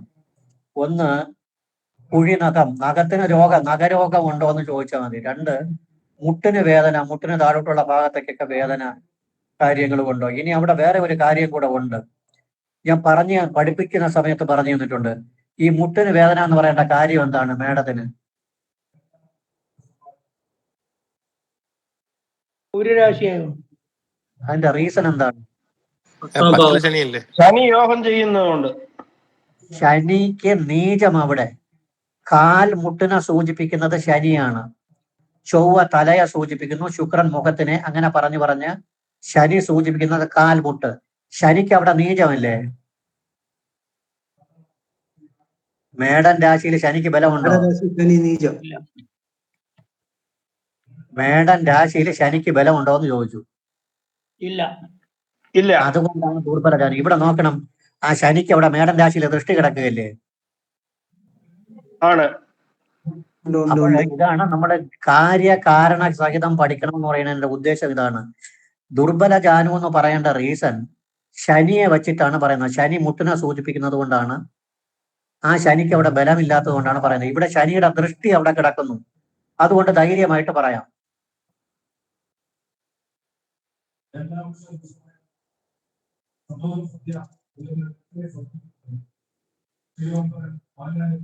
അതുകൊണ്ടാണത് പറയാൻ കാര്യം. മുട്ടിന് വേദനയുള്ളവരും മുട്ടിന് ബലക്കുറവുള്ളവരും ഉണ്ടാകാം, എഴുതിക്കൊള്ളണം. നഖരോഗമുള്ളവരുണ്ടാകാം, സാമ്പത്തികം കയ്യിൽ നിൽക്കാത്തവര്, ഉറച്ച സാമ്പത്തികം ഇല്ലാത്തവര്. ഇപ്പോ സാമ്പത്തികം എന്ന് പറഞ്ഞു കഴിഞ്ഞാൽ അടിച്ചു പൊളിച്ച് കളയുക, അല്ലാതെ ഇപ്പൊ എല്ലാവരും പറയും എന്റെ കയ്യിൽ പൈസ നിൽക്കുന്നില്ല എന്ന് പറയും. അതെല്ലാവരും ഒരു കോമൺ യൂസേജ് ആണ്. അങ്ങനെയല്ല, സമ്പാദ്യം വരുന്ന പോലെ അടിച്ചു പൊളിച്ച് കളയുക, അങ്ങനെയുള്ള ആൾക്കാരുണ്ടാവും. ഇതൊക്കെ പറയാം നമുക്ക്.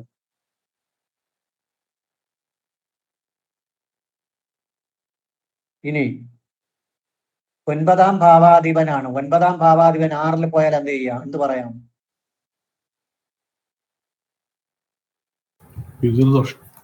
ഗുരുശാപം പറയാം. ഗുരുശാപം, ഗുരുത്വമില്ല, ഗുരുത്വ ദോഷമുണ്ട് എന്ന് പറഞ്ഞു കഴിഞ്ഞാൽ ആൾക്കാർ, ഗുരുത്വമുള്ള ആൾക്കാരെ കൂടുതലും ബഹുമാനിക്കുന്നില്ല, ഗുരുത്വത്തോടുകൂടി ബഹുമാനിക്കാത്ത കുടുംബാംഗങ്ങളുണ്ടാവാം. ഇങ്ങനെയാണ് കുടുംബ പ്രശ്നത്തിൽ ഇങ്ങനെയാണ് അവതരിപ്പിക്കേണ്ടത്, അല്ലാതെ ഒരു വ്യക്തിയെ വെച്ചിട്ടൊന്നും അടിക്കരുത്. പ്രശ്നം വയ്ക്കുന്നത് ചിലപ്പോൾ ആരെങ്കിലും മുതിർന്ന ഒരാളിന്റെ പേര് പറഞ്ഞു തരും. അവർക്ക് എഴുച്ചു നടക്കാൻ പോലും കഴിവില്ലാത്ത ആളുകളായിരിക്കും, അവരെ പേര് പറഞ്ഞു തരും, മുതിർന്ന ഒരാളിന്റെ പേര്. അതുകൊണ്ട് അതിൽ നമ്മൾ കാര്യത്തിലെടുക്കണ്ട. ഗുരുത്വ ദോഷമുള്ള ഒരു ശീലം കുടുംബാംഗങ്ങൾക്കുണ്ട് എന്ന് പറയാം. ഇനി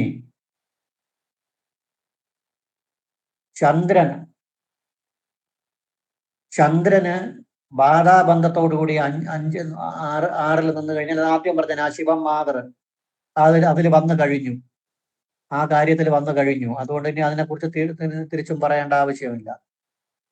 ഇനി വേറെ എന്തെങ്കിലും പറയാനുണ്ടോ അവിടെ?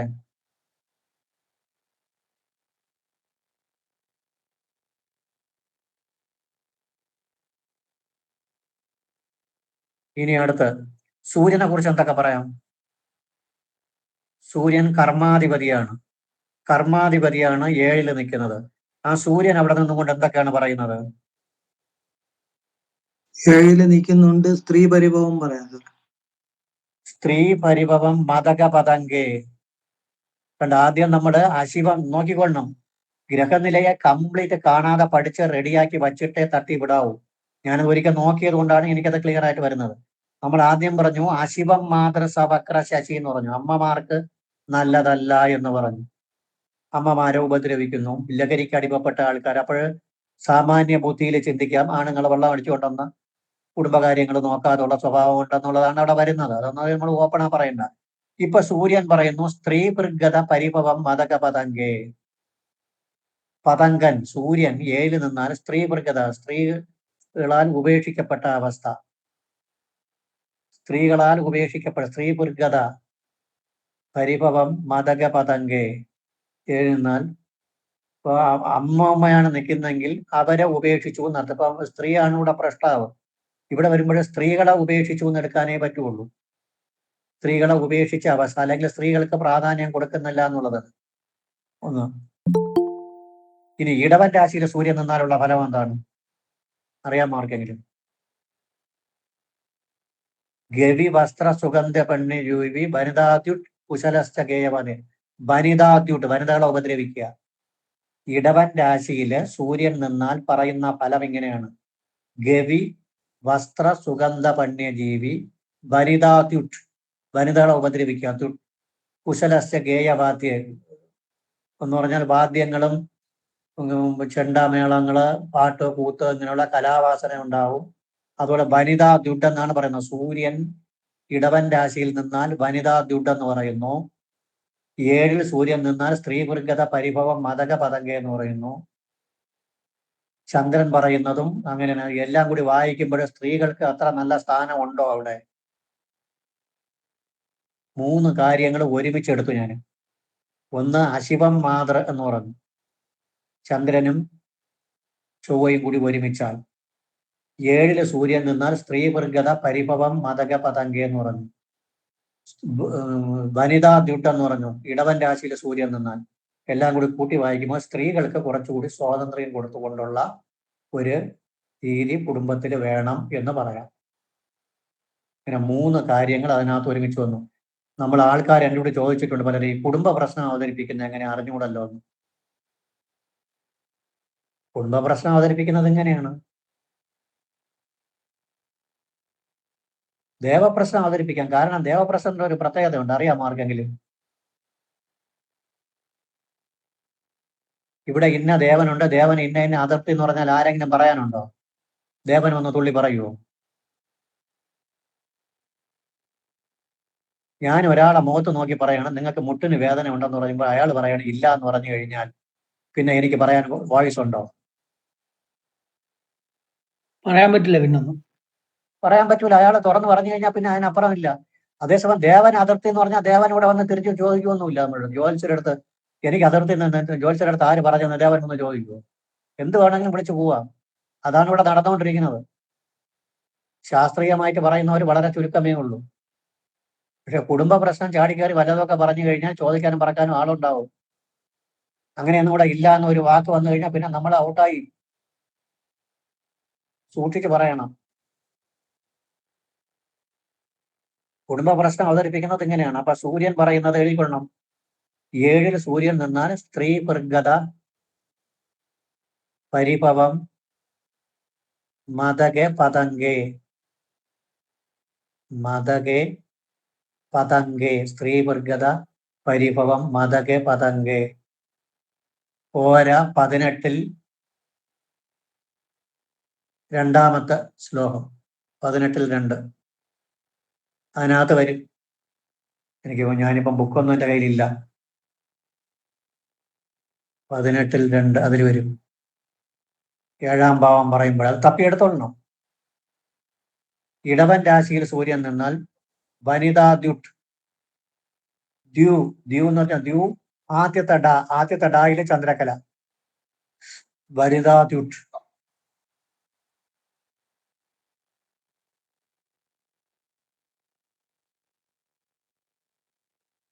സ്ത്രീകൾക്ക് പരിഭവം ഉണ്ടാകുന്നു, സ്ത്രീകളെ ഉപദ്രവിക്കുന്നു എന്നർത്ഥം.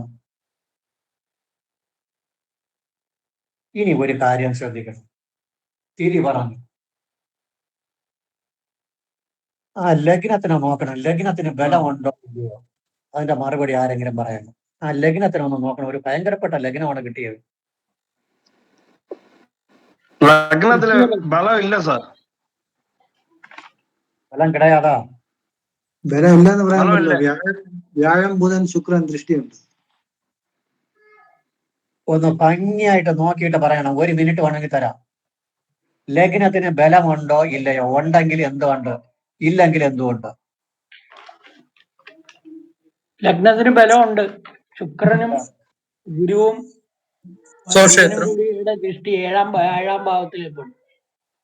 സ്വക്ഷേത്രമല്ല. സ്വക്ഷേത്രമല്ല. ബുധൻ ശുക്രൻ ഇവരുടെ 7-ാം ഭാവത്തിലാണ് ലഗ്നം. ദൃഷ്ടിയുള്ളതുകൊണ്ട് അതിന്റെ അടിസ്ഥാനം അല്ല, എന്താണെന്ന് പറയാമോ? ലഗ്നത്തിന് ബലമില്ല.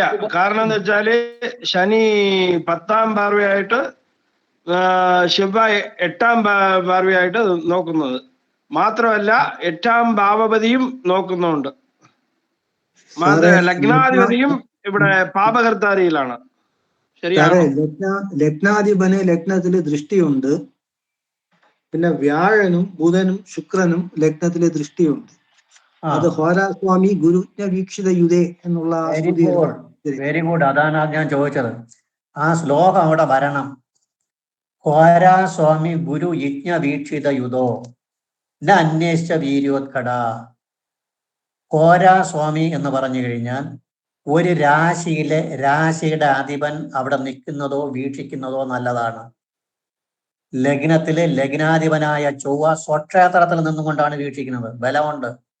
അത് ലഗ്നത്തിനെ വീക്ഷിക്കുന്നു. അത് ലഗ്നത്തിനെ സംബന്ധിച്ച് നല്ലതാണ്. അതേസമയം ആ ചൊവ്വ വേറെ എവിടെയെങ്കിലും വീക്ഷിച്ചാൽ ചിലപ്പം കുഴപ്പം ചെയ്യും. ലഗ്നാധിപൻ ലഗ്നത്തിൽ, ഞാൻ എൻ്റെ വീട്ടിൽ നോക്കിക്കൊണ്ടിരിക്കുന്നത് പോലെ, എൻ്റെ വീട്ടില് അല്ലെങ്കിൽ എൻ്റെ പുസ്തകത്തില് അല്ലെങ്കിൽ എൻ്റെ ബിലോങ്ങിങ്സ്, എൻ്റെ വസ്തുക്കളിൽ ഞാൻ നോക്കുക എന്ന് വെച്ചാൽ നല്ലതല്ലേ? അതുപോലെ ഹോരാസ്വാമി ഗുരു വ്യാഴം വീക്ഷിക്കുകയോ നിൽക്കുകയോ ചെയ്യുന്നത്, യജ്ഞൻ ബുധൻ വീക്ഷിക്കുകയോ നിൽക്കുകയോ ചെയ്യുന്നതൊക്കെ നല്ലത്. ശുക്രനും നല്ലത് തന്നെയാണ്. പ്രശ്നമാർഗത്തിൽ 14-ാമത്തെ ചാപ്റ്ററിൽ പറയുന്നുണ്ട് ശുക്രനും വീക്ഷിക്കാൻ കുഴപ്പമില്ല.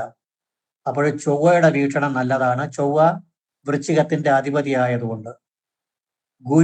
ഗുരു കോമൺ ഫാക്ടറാണ്. ഗുരുവും ബുധനും ശുക്രനും ഒക്കെ കോമൺ ഫാക്ടർ. ഇവരൊക്കെ വീക്ഷിക്കുന്നത് നല്ലത്. പിന്നെ വേറെ 2 പേരെ വീക്ഷണം നല്ലതല്ല. സൂര്യന്റെ വീക്ഷണവും ശനിയുടെ വീക്ഷണവും നല്ലതല്ല. അപ്പോഴെന്തൊക്കെ ദോഷവും ഉണ്ട്. പക്ഷെ ലഗ്നം എക്സ്ട്രീംലി സ്ട്രോങ് ആണ്.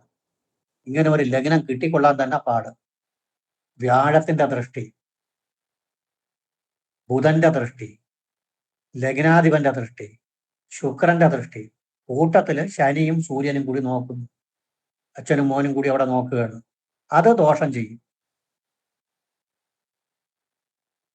അപ്പൊ ലഗ്നം അതീവ ബലത്തിലാണ് ലഗ്നം നിൽക്കുന്നത്. അപ്പോൾ അതിന്റെ അർത്ഥം എന്തെന്ന് ചോദിച്ചാൽ ഈ കുടുംബം നല്ല പുരാതനമായ നല്ല കാര്യശേഷിയുള്ള കുടുംബം എന്നർത്ഥം. നല്ല ബലമുള്ള കുടുംബം. ഇതില് അവിടെ രവി ബുധൻ ഗുരു ശുക്രനില് ബലമുള്ള ഗ്രഹം ആരാണ്? ആ 4 പേരിൽ ബലമുള്ളത് ആർക്കാണ്? ആരെങ്കിലും ഒന്ന് പറഞ്ഞു നോക്കണം. ശുക്രനാണ്. ശുക്രന്. വേറെ?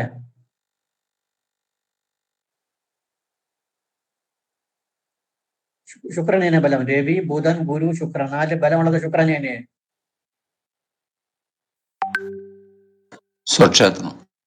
സ്വക്ഷേത്രങ്ങളുടെ ബലമുണ്ട്. മാറ്റമുണ്ടോ? ആ ഹോരാസ്വാമി ഗുരുജ്ഞ എന്ന് പറഞ്ഞത് ആര്? അദ്ദേഹത്തിന്റെ കൂടെയാണ് ചോദിക്കുന്നത്. ശരി തന്നെയാണ്. ശുക്രൻ തന്നെയാണ് ബലമുള്ളത്. സാറേ 12-ാം ഭാവം. തോന്നുന്നു സാറേ. Very good. ശുക്രനും സൂര്യന്റെ നവാംശകം എവിടെ കിടക്കണം നോക്കണം. രണ്ട് ചിങ്ങത്തിലാണ്, മൗഢ്യമുണ്ട്. 3 ഡിഗ്രി 20 മിനിറ്റിനകത്താണ് രണ്ടുപേരും. 3 ഡിഗ്രി 20 മിനിറ്റിനകത്താണ് നിൽക്കുന്നത് സൂര്യനും ശുക്രനും. സൂര്യനും ശുക്രനും ഒരു രാശിയിൽ നിന്നിട്ട് ഒരു രാശിയിൽ അംശിച്ചിട്ടുണ്ട്. എന്ന് വെച്ചാൽ അർത്ഥം അടുത്തടുത്ത് നിൽക്കുന്നു. ശുക്രന് കടുത്ത മൗഢ്യമാണ്. അപ്പോൾ ശുക്രൻ ഔട്ടായി. കടുത്ത മൗഢ്യമാണ്. മൗഢ്യം എന്ന് പറഞ്ഞാലും പോരാ, 3 ഡിഗ്രി 20 മിനിറ്റിനകത്ത്. ഇതിലൊക്കെയാണ് നവാംശകം തരുന്നത് കണ്ടുപിടിക്കാൻ വേണ്ടി. ഇതെല്ലാം മനസ്സിലാക്കിക്കൊള്ളണം. അപ്പോഴേ അടുത്ത സ്ഥാനം ആർക്കാണ്? ശുക്രൻ ഔട്ടായി. ഗുരുവിന് പറയാം സാറേ, ഗുരു ആരോഹിയായിട്ട് നിൽക്കുകയല്ലേ? ഗുരു ആരോഹിയായിട്ട് നിൽക്കുന്നു. അതൊരു നല്ലൊരു പോയിന്റ് ആണ്. വേറെ ബുധൻ ബന്ധുക്ഷേത്രത്തിലല്ലേ നിൽക്കുന്നേ? അതെ സർ. ഇപ്പോൾ ബുധന് ബലമുണ്ട്. സൂര്യന് ശത്രുക്ഷേത്രമാണ്. സൂര്യന് ശത്രുക്ഷേത്രം. സൂര്യൻ അവിടെ എടുക്കാൻ പറ്റില്ല. വ്യാഴത്തിനും ശത്രുക്ഷേത്രം എന്നുള്ള ഒരു പരിപാടി കൊടുക്കാം. ആരോഗ്യന് ശത്രുക്ഷേത്രം.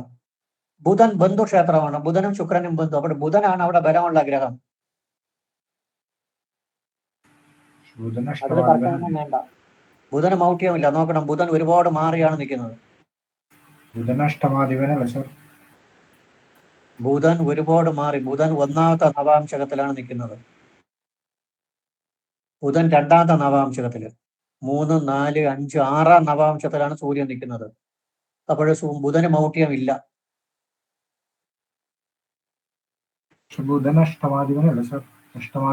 നമ്മൾ പഠിക്കേണ്ട വിഷയങ്ങൾ, അല്ലാതെ ചുമ്മാ കിടന്ന് കുറെ കാണാതെ പഠിച്ചിട്ട് ഉപയോഗമൊന്നുമില്ല.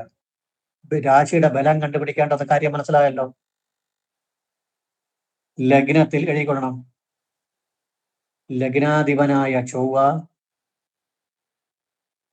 ബുധൻ ഗുരു ശുക്രൻ. ബുധൻ ഗുരു ശുക്രൻ. ലഗ്നാധിപനായ ചൊവ്വ, ബുധൻ ഗുരു ശുക്രൻ എന്നിവരുടെ ദൃഷ്ടി ഗുണം ചെയ്യും. എന്നിവരുടെ ദൃഷ്ടി ഗുണം ചെയ്യും. സൂര്യന്റെയും ശനിയുടെയും ദൃഷ്ടി നല്ലതല്ല.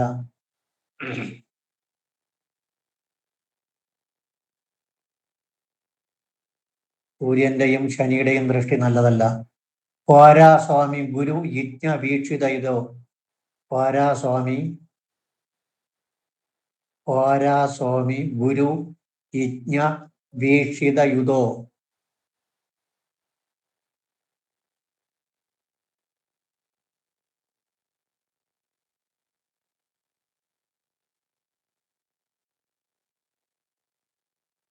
ഇത് ഹോരയിലെ 1ാമത്തെ ചാപ്റ്ററോ 5ാമത്തെ ചാപ്റ്ററോ?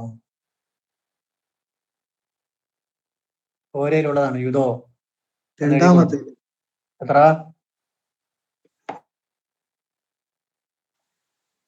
1ലോ 5ലോ?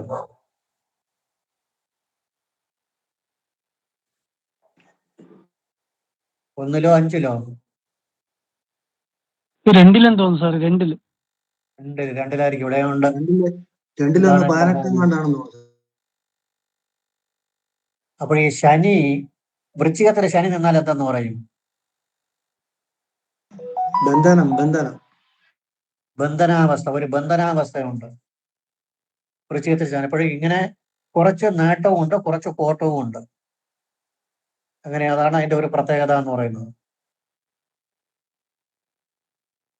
ഇനി വൃശ്ചിക ലഗ്നം ആയതുകൊണ്ട് ജനക ഗുരു വിയുക്ത. ഇനി നമുക്ക് നേരെ ഈ പറഞ്ഞതുപോലെ വൃശ്ചിക ലഗ്നത്തിൽ വേണം. വൃശ്ചിക ലഗ്നത്തിന്റെ പ്രത്യേകത എന്താണെന്ന് നോക്കാം. ചന്ദ്രനെ വെച്ച് നമ്മൾ നോക്കി കുറച്ച് കാര്യം നോക്കി. ഇനി വൃശ്ചിക ലഗ്നത്തിൽ എന്താ പറയുന്നു? ജനക ഗുരു വിയുക്ത,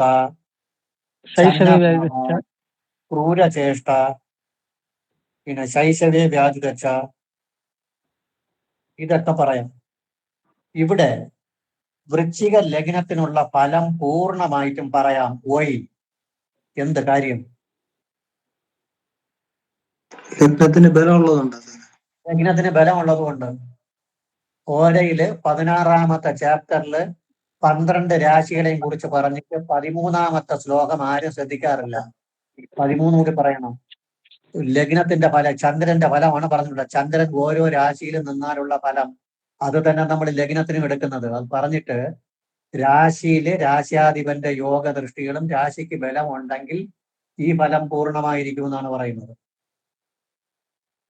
രാശിക്ക് ബലം ഉണ്ടെങ്കിൽ, ഇവിടെ രാശിക്ക് ബലമുണ്ട്. അതുപോലെ ചന്ദ്രരാശിക്ക് ബലമുണ്ടോ ഇല്ലേ? ഒന്നാരെയും പറഞ്ഞു നോക്കണം. ചന്ദ്രരാശി മേടം, ആ രാശിക്ക് ബലമുണ്ടോ? ആ രാശിക്ക് ബലമുണ്ടോ? അതാണ് ചോദ്യം.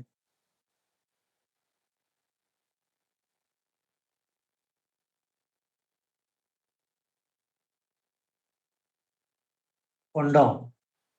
രാശ്യാധിപനോട് ഉണ്ടോ ഇല്ലേ? ശനിയുടെ ദൃഷ്ടി സാറേ. അതേ കണ്ടുള്ള ചൊവ്വയുടെ യോഗം കണ്ടില്ലേ? രാശിയുടെ രാശ്യാധിപൻ നിൽക്കുന്നു. അപ്പൊ രാശിക്ക് ബലമുണ്ട്, പക്ഷെ ചന്ദ്രന് ദോഷം. ചന്ദ്രന് നല്ലതാണോ എന്ന് ചോദിച്ചാൽ നല്ലതല്ല. പക്ഷെ രാശിക്ക് ബലമുണ്ട്.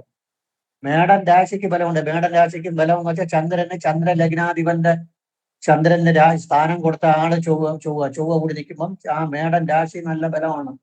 6ാം ഭാവമൊക്കെ നല്ല ബലം. അപ്പോഴവിടെ ശത്രുദോഷമൊക്കെ ഭയങ്കര ആടിപ്പോളി ശത്രുദോഷമാണെന്നുള്ള ആണ് അവിടെ വരുന്നത്. 6ാം ഭാവത്തിന് നല്ല ബലമുണ്ട്.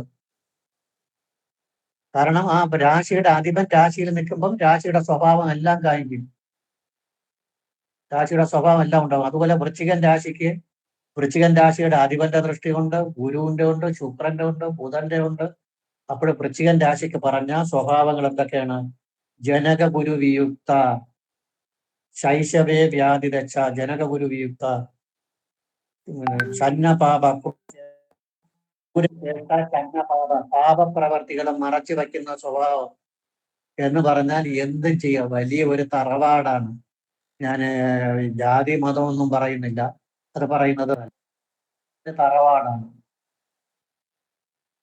വലിയൊരു തറവാടും ഇഷ്ടം പോലെ കുടുംബാംഗങ്ങളും ഉള്ളതും ഇപ്പോഴും മക്കളും ഒക്കെ ആയി നല്ല ഐക്യമുണ്ട്, ശരിയല്ല. പക്ഷെ ഭയങ്കര ഒരു തീഷ്ണതയുള്ള ആൾക്കാരാണ്. ഭയങ്കര അഹങ്കാരവും പഴയ കാലത്ത് കളരിയും അതും ഒക്കെ ഉണ്ടായിരുന്ന ഒരു തറവാടാണ്. എങ്ങനെ ആലോചിച്ച് നോക്കിക്കൊള്ളണം. ഛന്നപാപ എന്ന് പറഞ്ഞാൽ പാപപ്രവർത്തി മറച്ചു വെക്കുക, ക്രൂരചേഷ്ട, എന്തും ചെയ്യാൻ മടിക്കാത്തവരാണ്. ജനക ഒരു വീക്ത ശൈശവ, ഗുരുത്വമില്ലാത്ത രാശി എന്നാണ് ഇത് അറിയപ്പെടുന്നത്. ഗുരുത്വ ദോഷമുള്ള രാശി പാപപ്രവർത്തി, ക്രൂരമായ പ്രവർത്തികൾ ചെയ്യുക. സാറേ ശബ്ദം വിട്ടുവിട്ട് പോകുന്നു സാറേ. അങ്ങനെ ശബ്ദം ഇടയ്ക്ക് മുറിഞ്ഞു പോകുന്നുണ്ട്. സൗണ്ട് മുറിഞ്ഞു പോകുന്നോ?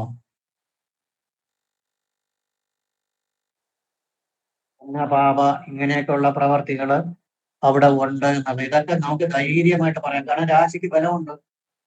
അതാണ് നല്ലൊരു രാശിയാണ് കിട്ടിയത്. എന്നിട്ട് ആരൂടെ നോക്കിക്കൊള്ളണം, ഇതേ ആരൂടാണ് വന്ന് കിട്ടിയത്, വൃശ്ചികമാണ് ആരൂടെ കിട്ടിയത്.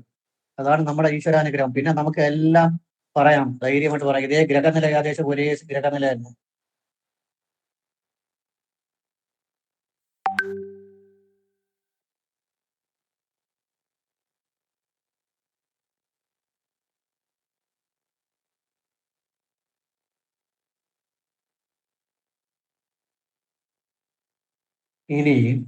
ഇനി ഒരു കാര്യം പറയാം, നിങ്ങൾക്ക് അറിയാമോ എന്നറിയില്ല.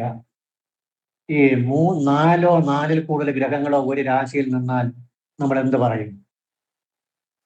പരിവ്രാജയോഗം. പ്രവൃത്തിയ യോഗം എന്ന് പറയും. അല്ലെങ്കിൽ നമ്മൾ പഴയ ആൾക്കാര് സന്യാസ യോഗം എന്നൊക്കെ പറയും. അത് പ്രവൃത്തിയ യോഗം വരുന്നത് 15ാമത്തെ ചാപ്റ്ററാണ്. കോരയിലെ 15ാമത്തെ ചാപ്റ്ററിൽ 3 ശ്ലോകം എന്തേ ഉള്ളൂ അതിനകത്ത്. പ്രവൃത്തിയ യോഗം വരുമ്പോൾ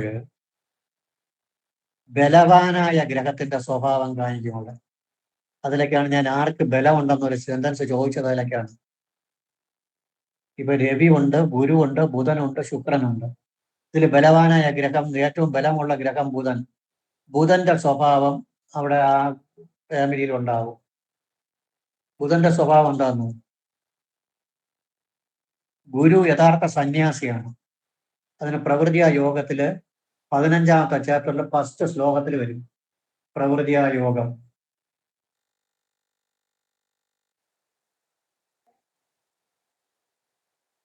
ഒരു ശ്ലോകമുണ്ട് കറക്റ്റായിട്ട്. അതൊക്കെ പഠിക്കാൻ പാടാണ്. ഞാൻ വല്ല കാര്യം പറഞ്ഞില്ല. സ്വഭാവം കാണിക്കും. ചൊവ്വയാണെങ്കിൽ അല്പം ചൂടന്റെ സ്വഭാവം കാണിക്കും. ബുധൻ ഭിക്ഷു എന്ന് പറഞ്ഞു കഴിഞ്ഞാൽ പറഞ്ഞ് വഴിതെറ്റിക്കുക. ഗുരു ആണെങ്കിൽ യഥാർത്ഥ സന്യാസി. ശുക്രനാണെങ്കിൽ പിന്നെ എന്തോന്ന് ആയുർവേദ ഡോക്ടർ, ആയുർവേദമായിട്ടുള്ള ബന്ധം. ശനിയാണെങ്കിൽ വനാന്തരങ്ങളിലൊക്കെ അലഞ്ഞു നടക്കുക, എവിടെയെങ്കിലുമൊക്കെ അലഞ്ഞു തിരിഞ്ഞ് വൃത്തിയും വിപ്പോലവും ഇല്ലാതെ നടക്കുക. സൂര്യനാണെങ്കിൽ വനാന്തരങ്ങളിൽ അലഞ്ഞു നടക്കുക എന്നൊക്കെ പറയും. അതൊന്നും നമ്മൾ പറയാൻ പോകണ്ട. അതൊക്കെ പറയാൻ പോയി കഴിഞ്ഞാൽ പിന്നെ അതൊക്കെ പാടാണ്. ആജീവകൻ, ബുധൻ ആജീവകനാണ്. അതൊന്നും അവിടെ പറയാൻ പോണ്ട.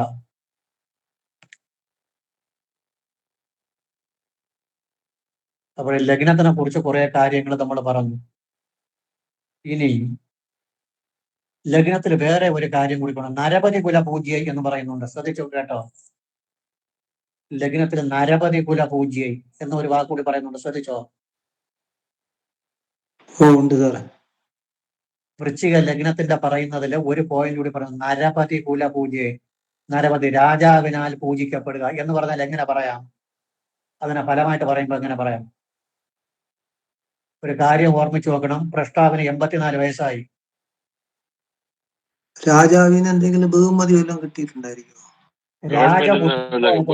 കുടുംബമായിട്ട് പഴയ കാലത്ത് എന്തെങ്കിലും ബന്ധം ഉണ്ടായിരുന്നോ എന്ന് ചോദിക്കാമോ? ചോദിച്ചുകൂടെ? അല്ലെങ്കിൽ കിട്ടാം. ഇവിടെ നമുക്ക് ഈ പ്രഷ്ടാവ് വലിയ പ്രായമുള്ള ആളായതുകൊണ്ട് ഞാനിങ്ങനെ ഇവിടുത്തെ ഒരു അന്തരീക്ഷം കണ്ടപ്പോൾ അല്പം കളരിയും കാര്യങ്ങളും ഒക്കെ അതൊക്കെ ഇനിയിപ്പോ വരും. ഇനിയിപ്പോ അടുത്ത് വരും. കളരിയും കാര്യമൊക്കെ ഉള്ള ഒരു തറവാടെന്ന് കണ്ടപ്പോൾ ഞാൻ ചോദിച്ചു, രാജാവുമായിട്ട് എന്തെങ്കിലും മുൻകാലങ്ങളിൽ രാജകുടുംബമായിട്ട് എന്തെങ്കിലും ബന്ധമുണ്ടോ എന്ന് ചോദിച്ചപ്പോൾ ഈ അമ്മൂമ്മ പിന്നെ രാജബന്ധത്തിന്റെ പെൻഷൻ വാങ്ങിക്കുകയാണ്. പെൻഷൻ വാങ്ങിച്ചുകൊണ്ടിരിക്കുന്നു രാജകുടുംബം. എന്തോ ഒരു പെൻഷന്റെ പേര് പറഞ്ഞു. കൊട്ടാരത്തുമായിട്ടുള്ള ബന്ധമുള്ളതിന്റെ ഒരു പെൻഷൻ എന്തോ വാങ്ങിച്ചുകൊണ്ടിരിക്കുന്നു രാജകുടുംബമായിട്ട്. അതാണ് അന്നത്തെ പ്രശ്നത്തിൽ ഏറ്റവും കാതലായ ചോദ്യം. അതായിരുന്നു നരപതി കുലപൂജ്യയെ രാജബന്ധമുണ്ടോ, രാജകുടുംബമായിട്ട് എന്തെങ്കിലും ഈ കുടുംബത്തിന് ബന്ധം ഇപ്പോഴും ഉണ്ടോ എന്ന് ചോദിച്ചു. അത് ചോദിക്കുന്നതിൽ വേറെ കുഴപ്പമൊന്നുമില്ല. നമ്മൾ ഉണ്ടെങ്കിൽ ഉണ്ടെന്ന് പറയും, അല്ലെങ്കിൽ ഇല്ലെങ്കിൽ ഇല്ല എന്ന് പറയും. ഞാൻ ഉദ്ദേശം എന്തെന്ന് ചോദിച്ചു കഴിഞ്ഞാൽ ഇവരെ അമ്മാവന്മാരോ അച്ഛനോ ആരെങ്കിലും അവിടെ സൈന്യത്തിലേറ്റവും തിരുവിതാംകൂറിന്റെ സൈന്യത്തിലേറ്റവും ഉണ്ടായിരുന്നോ എന്നുള്ളതാണ് ഉദ്ദേശിച്ചത്. അപ്പോൾ അവരിപ്പോ ആരുടെയോ ഒരു പെൻഷൻ, അവരുടെ ഭർത്താവിന്റെയോ അച്ഛന്റെയോ ആരുടെ പെൻഷൻ ഇപ്പൊ ഇവർക്ക് കിട്ടിക്കൊണ്ടിരിക്കുന്ന ഭർത്താവിന്റെ തോന്നുന്നു പെൻഷൻ ഇപ്പോഴും അവർ വാങ്ങിച്ചുകൊണ്ടിരിക്കുകയാണ്. അതും കൂടി എഴുതിക്കൊള്ളണം. നരപതി കുല പൂജ്യൈ രാജാവിനാൽ പൂജിക്കപ്പെടുക.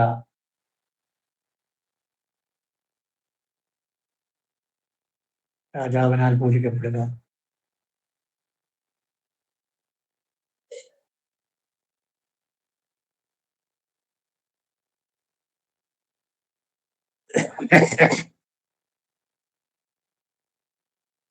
രാജാവിനാൽ പൂജിക്കപ്പെടുക എന്നർത്ഥം.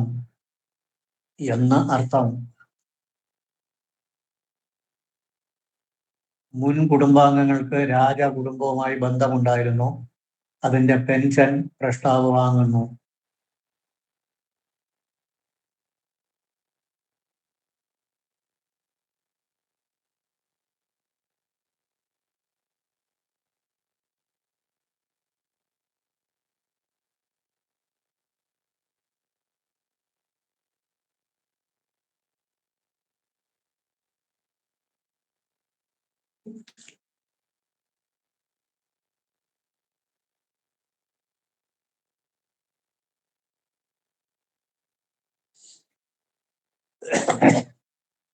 ഇത്രയും നമ്മൾ ലഗ്നത്തിനെ കുറിച്ച് വെച്ചിട്ടാണ് ഇത്രയൊക്കെ പറഞ്ഞു. ഇനി രണ്ടാം ഭാവം നോക്കാമോ?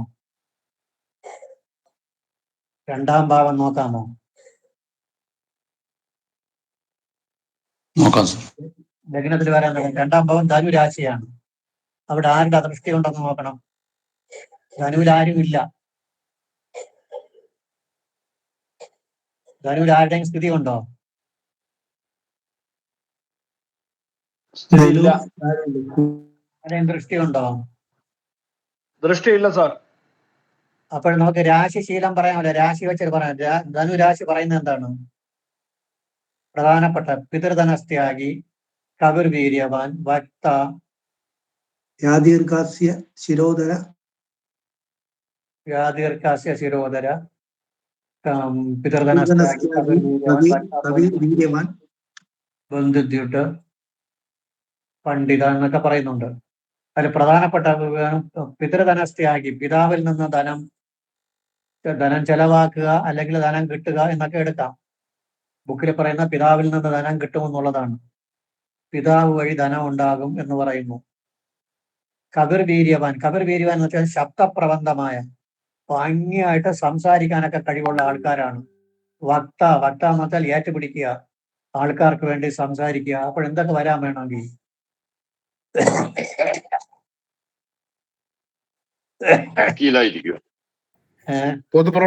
പൊതുപ്രവർത്തനായിരിക്കും. അല്ലെങ്കിൽ വക്കീല് വരാം, വക്കീലൊക്കെ വരാം. കാരണം വാക്ക് സാമർഥ്യം. വക്കീലന്മാർ വരാം, പൊതുപ്രവർത്തനങ്ങൾ വരാം. രംഗത്തിൽ ആരെങ്കിലും ഉണ്ടോ എന്നൊക്കെ ചോദിക്കാം.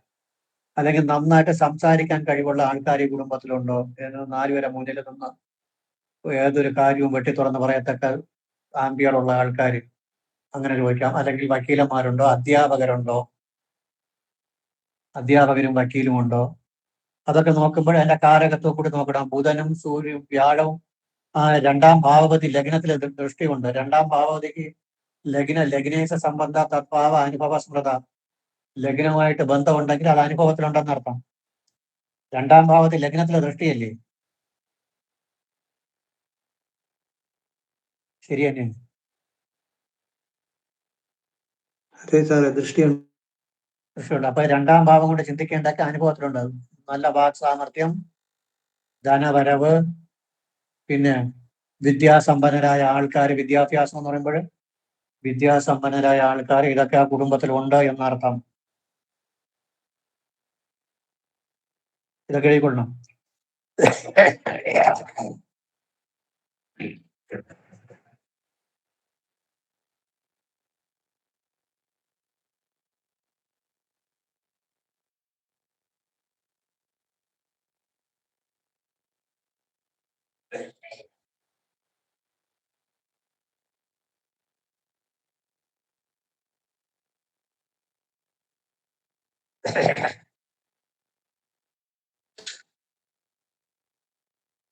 സുഖമില്ല, അതാണ് കുഴപ്പം.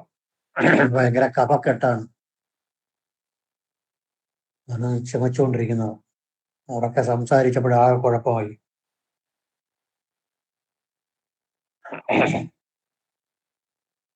നന്നായി സംസാരിക്കുക, മറ്റുള്ളവർക്ക് വേണ്ടി സംസാരിക്കുക, നല്ല ധനശേഷി, വിദ്യാസമ്പന്നരായ ആൾക്കാര്, വാക്സാമർഥ്യം,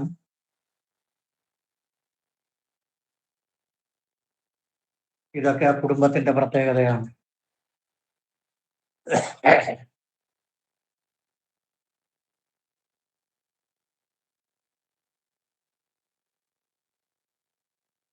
ഇനി 3ാം ഭാവത്തിലാണ് ഒരു കാര്യമായ ഒരു കാര്യം കിടക്കുന്നത്. അത് ഞാൻ ചോദിച്ചു, എനിക്ക് അന്ന് ഇഷ്ടപ്പെട്ടത് ആ 3ാം ഭാവത്തിനെ കുറിച്ച് പറഞ്ഞതാണ്. 3ാം ഭാവത്തിൽ എന്താണ്? 3ാം ഭാവത്തിനെ കുറിച്ച് എന്ത് പറയാം? 3ാം ഭാവം എന്തോന്ന് ഭാവം? സഹോദര ഭാവം. അപ്പോൾ ഈ അമ്മൂമ്മയുടെ സഹോദരത്തിനെ കുറിച്ച് പറയണം.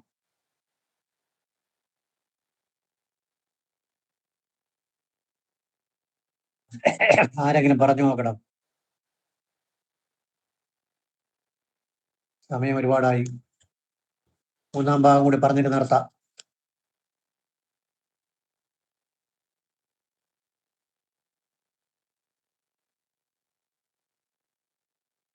മൂന്നാം ഭാവത്തിന് ബലമുണ്ടോ?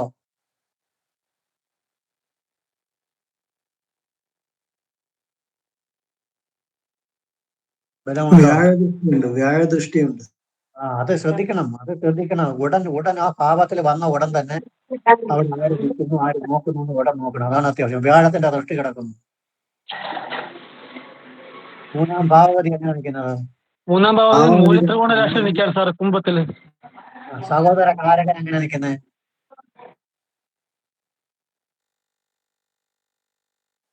6-ാം ഭാവത്തിലെങ്ങനെ? സഹോദര കാരകന് ബലമുണ്ടോ എന്നാണ് ചോദിച്ചത്. ബലമുണ്ട്. സഹോദര 3-ാം ഭാവാധിപൻ പൂർണ്ണ ബലവാൻ, സഹോദര കാരകൻ പൂർണ്ണ ബലവാൻ, സഹോദര സ്ഥാനത്ത് അപ്പോൾ സഹോദരങ്ങളൊക്കെ എങ്ങനെയായിരിക്കും? നല്ല പൊസിഷനിലായിരിക്കും സാർ. ഭടന്മാരായിരിക്കില്ലേ?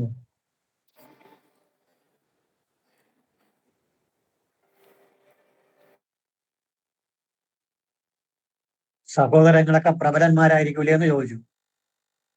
അതെ, പ്രബലമായ സഹോദരന്മാരൊക്കെ പ്രബലന്മാരാണെന്ന് പറഞ്ഞു.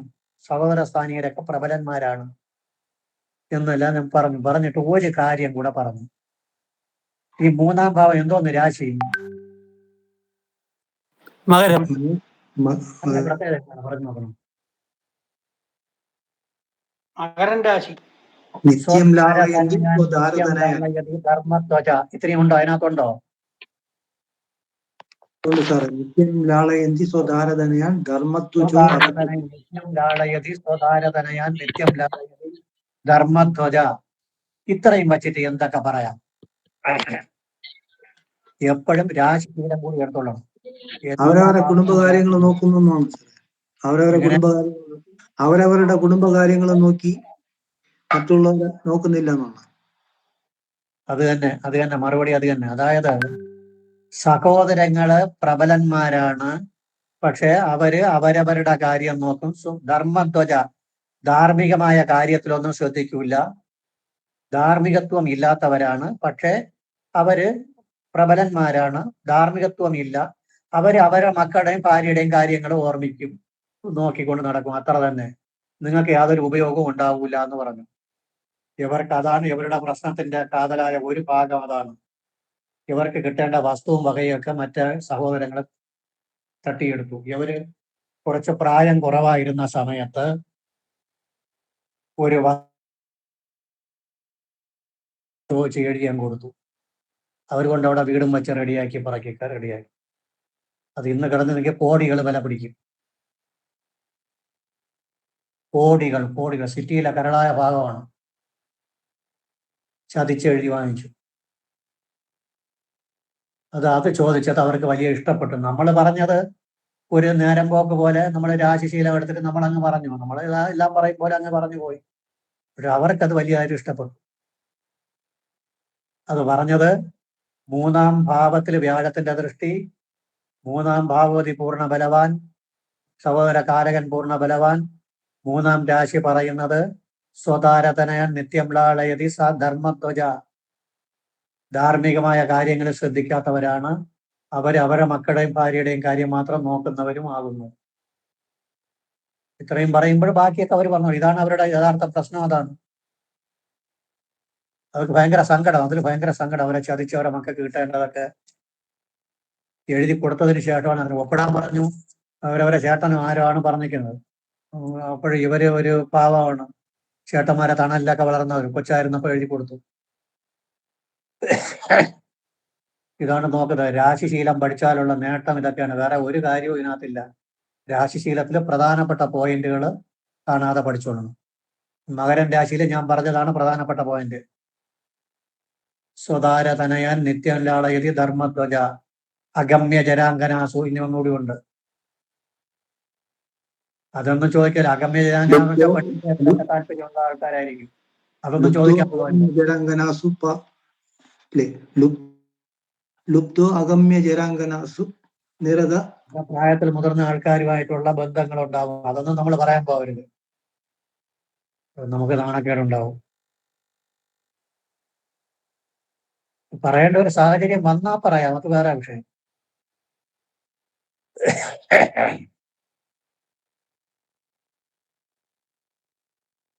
അപ്പോൾ 3 ഭാവം പഠിച്ചു. ബാക്കി 4-ാം ഭാവം ഞാൻ ഓട്ടിച്ച് പറഞ്ഞുതരാം. ഒന്ന് നോക്കിക്കൊണ്ടുവരണം.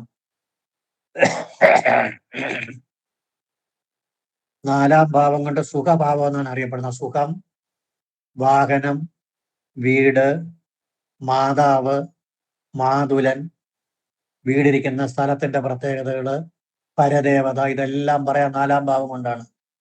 5 സന്താന വിഷയം, 6 ശത്രുദോഷം, 7 കളത്രം, അടുത്ത് 8 ആയുസ്, 9 ആചാരാനുഷ്ഠാനം, എല്ലാം കൂടി ഒന്ന് നോക്കി വെച്ചിട്ട് വരണം അടുത്ത ക്ലാസ്സിൽ. സ്പീഡാ പോണം.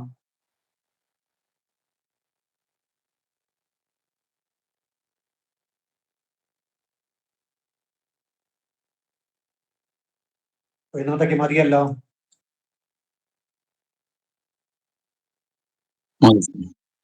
ഓക്കെ, 10 മണി കഴിഞ്ഞു. മതി സാറേ. നമസ്തേ. അതെല്ലാം ഒന്ന് വീട്ടിലേക്ക്. നമസ്കാരം നമസ്കാരം നമസ്കാരം. അടുത്ത ക്ലാസ്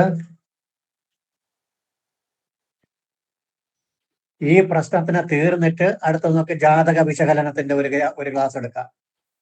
ഇതിനെ ഒന്നിനെ തീർത്തിട്ട്, അല്ലെങ്കിൽ വഴിയിലായി പോകും. ഒന്നിനെ തീർത്തിട്ട്, ഒരു പ്രശ്നത്തിന്റെ തീർത്ത് അതിന്റെ ചാർട്ടും എഴുതി ഒന്ന് പഠിക്കുമ്പോൾ തന്നെ ഈ രീതിയിൽ പഠിച്ചു കഴിഞ്ഞാൽ നമുക്ക് നല്ല കാര്യങ്ങളെല്ലാം എങ്ങനെയാണ് ചിന്തിക്കേണ്ടതെന്നുള്ള കാര്യം ഭംഗിയാ പറഞ്ഞാണ് പോകുന്നത്.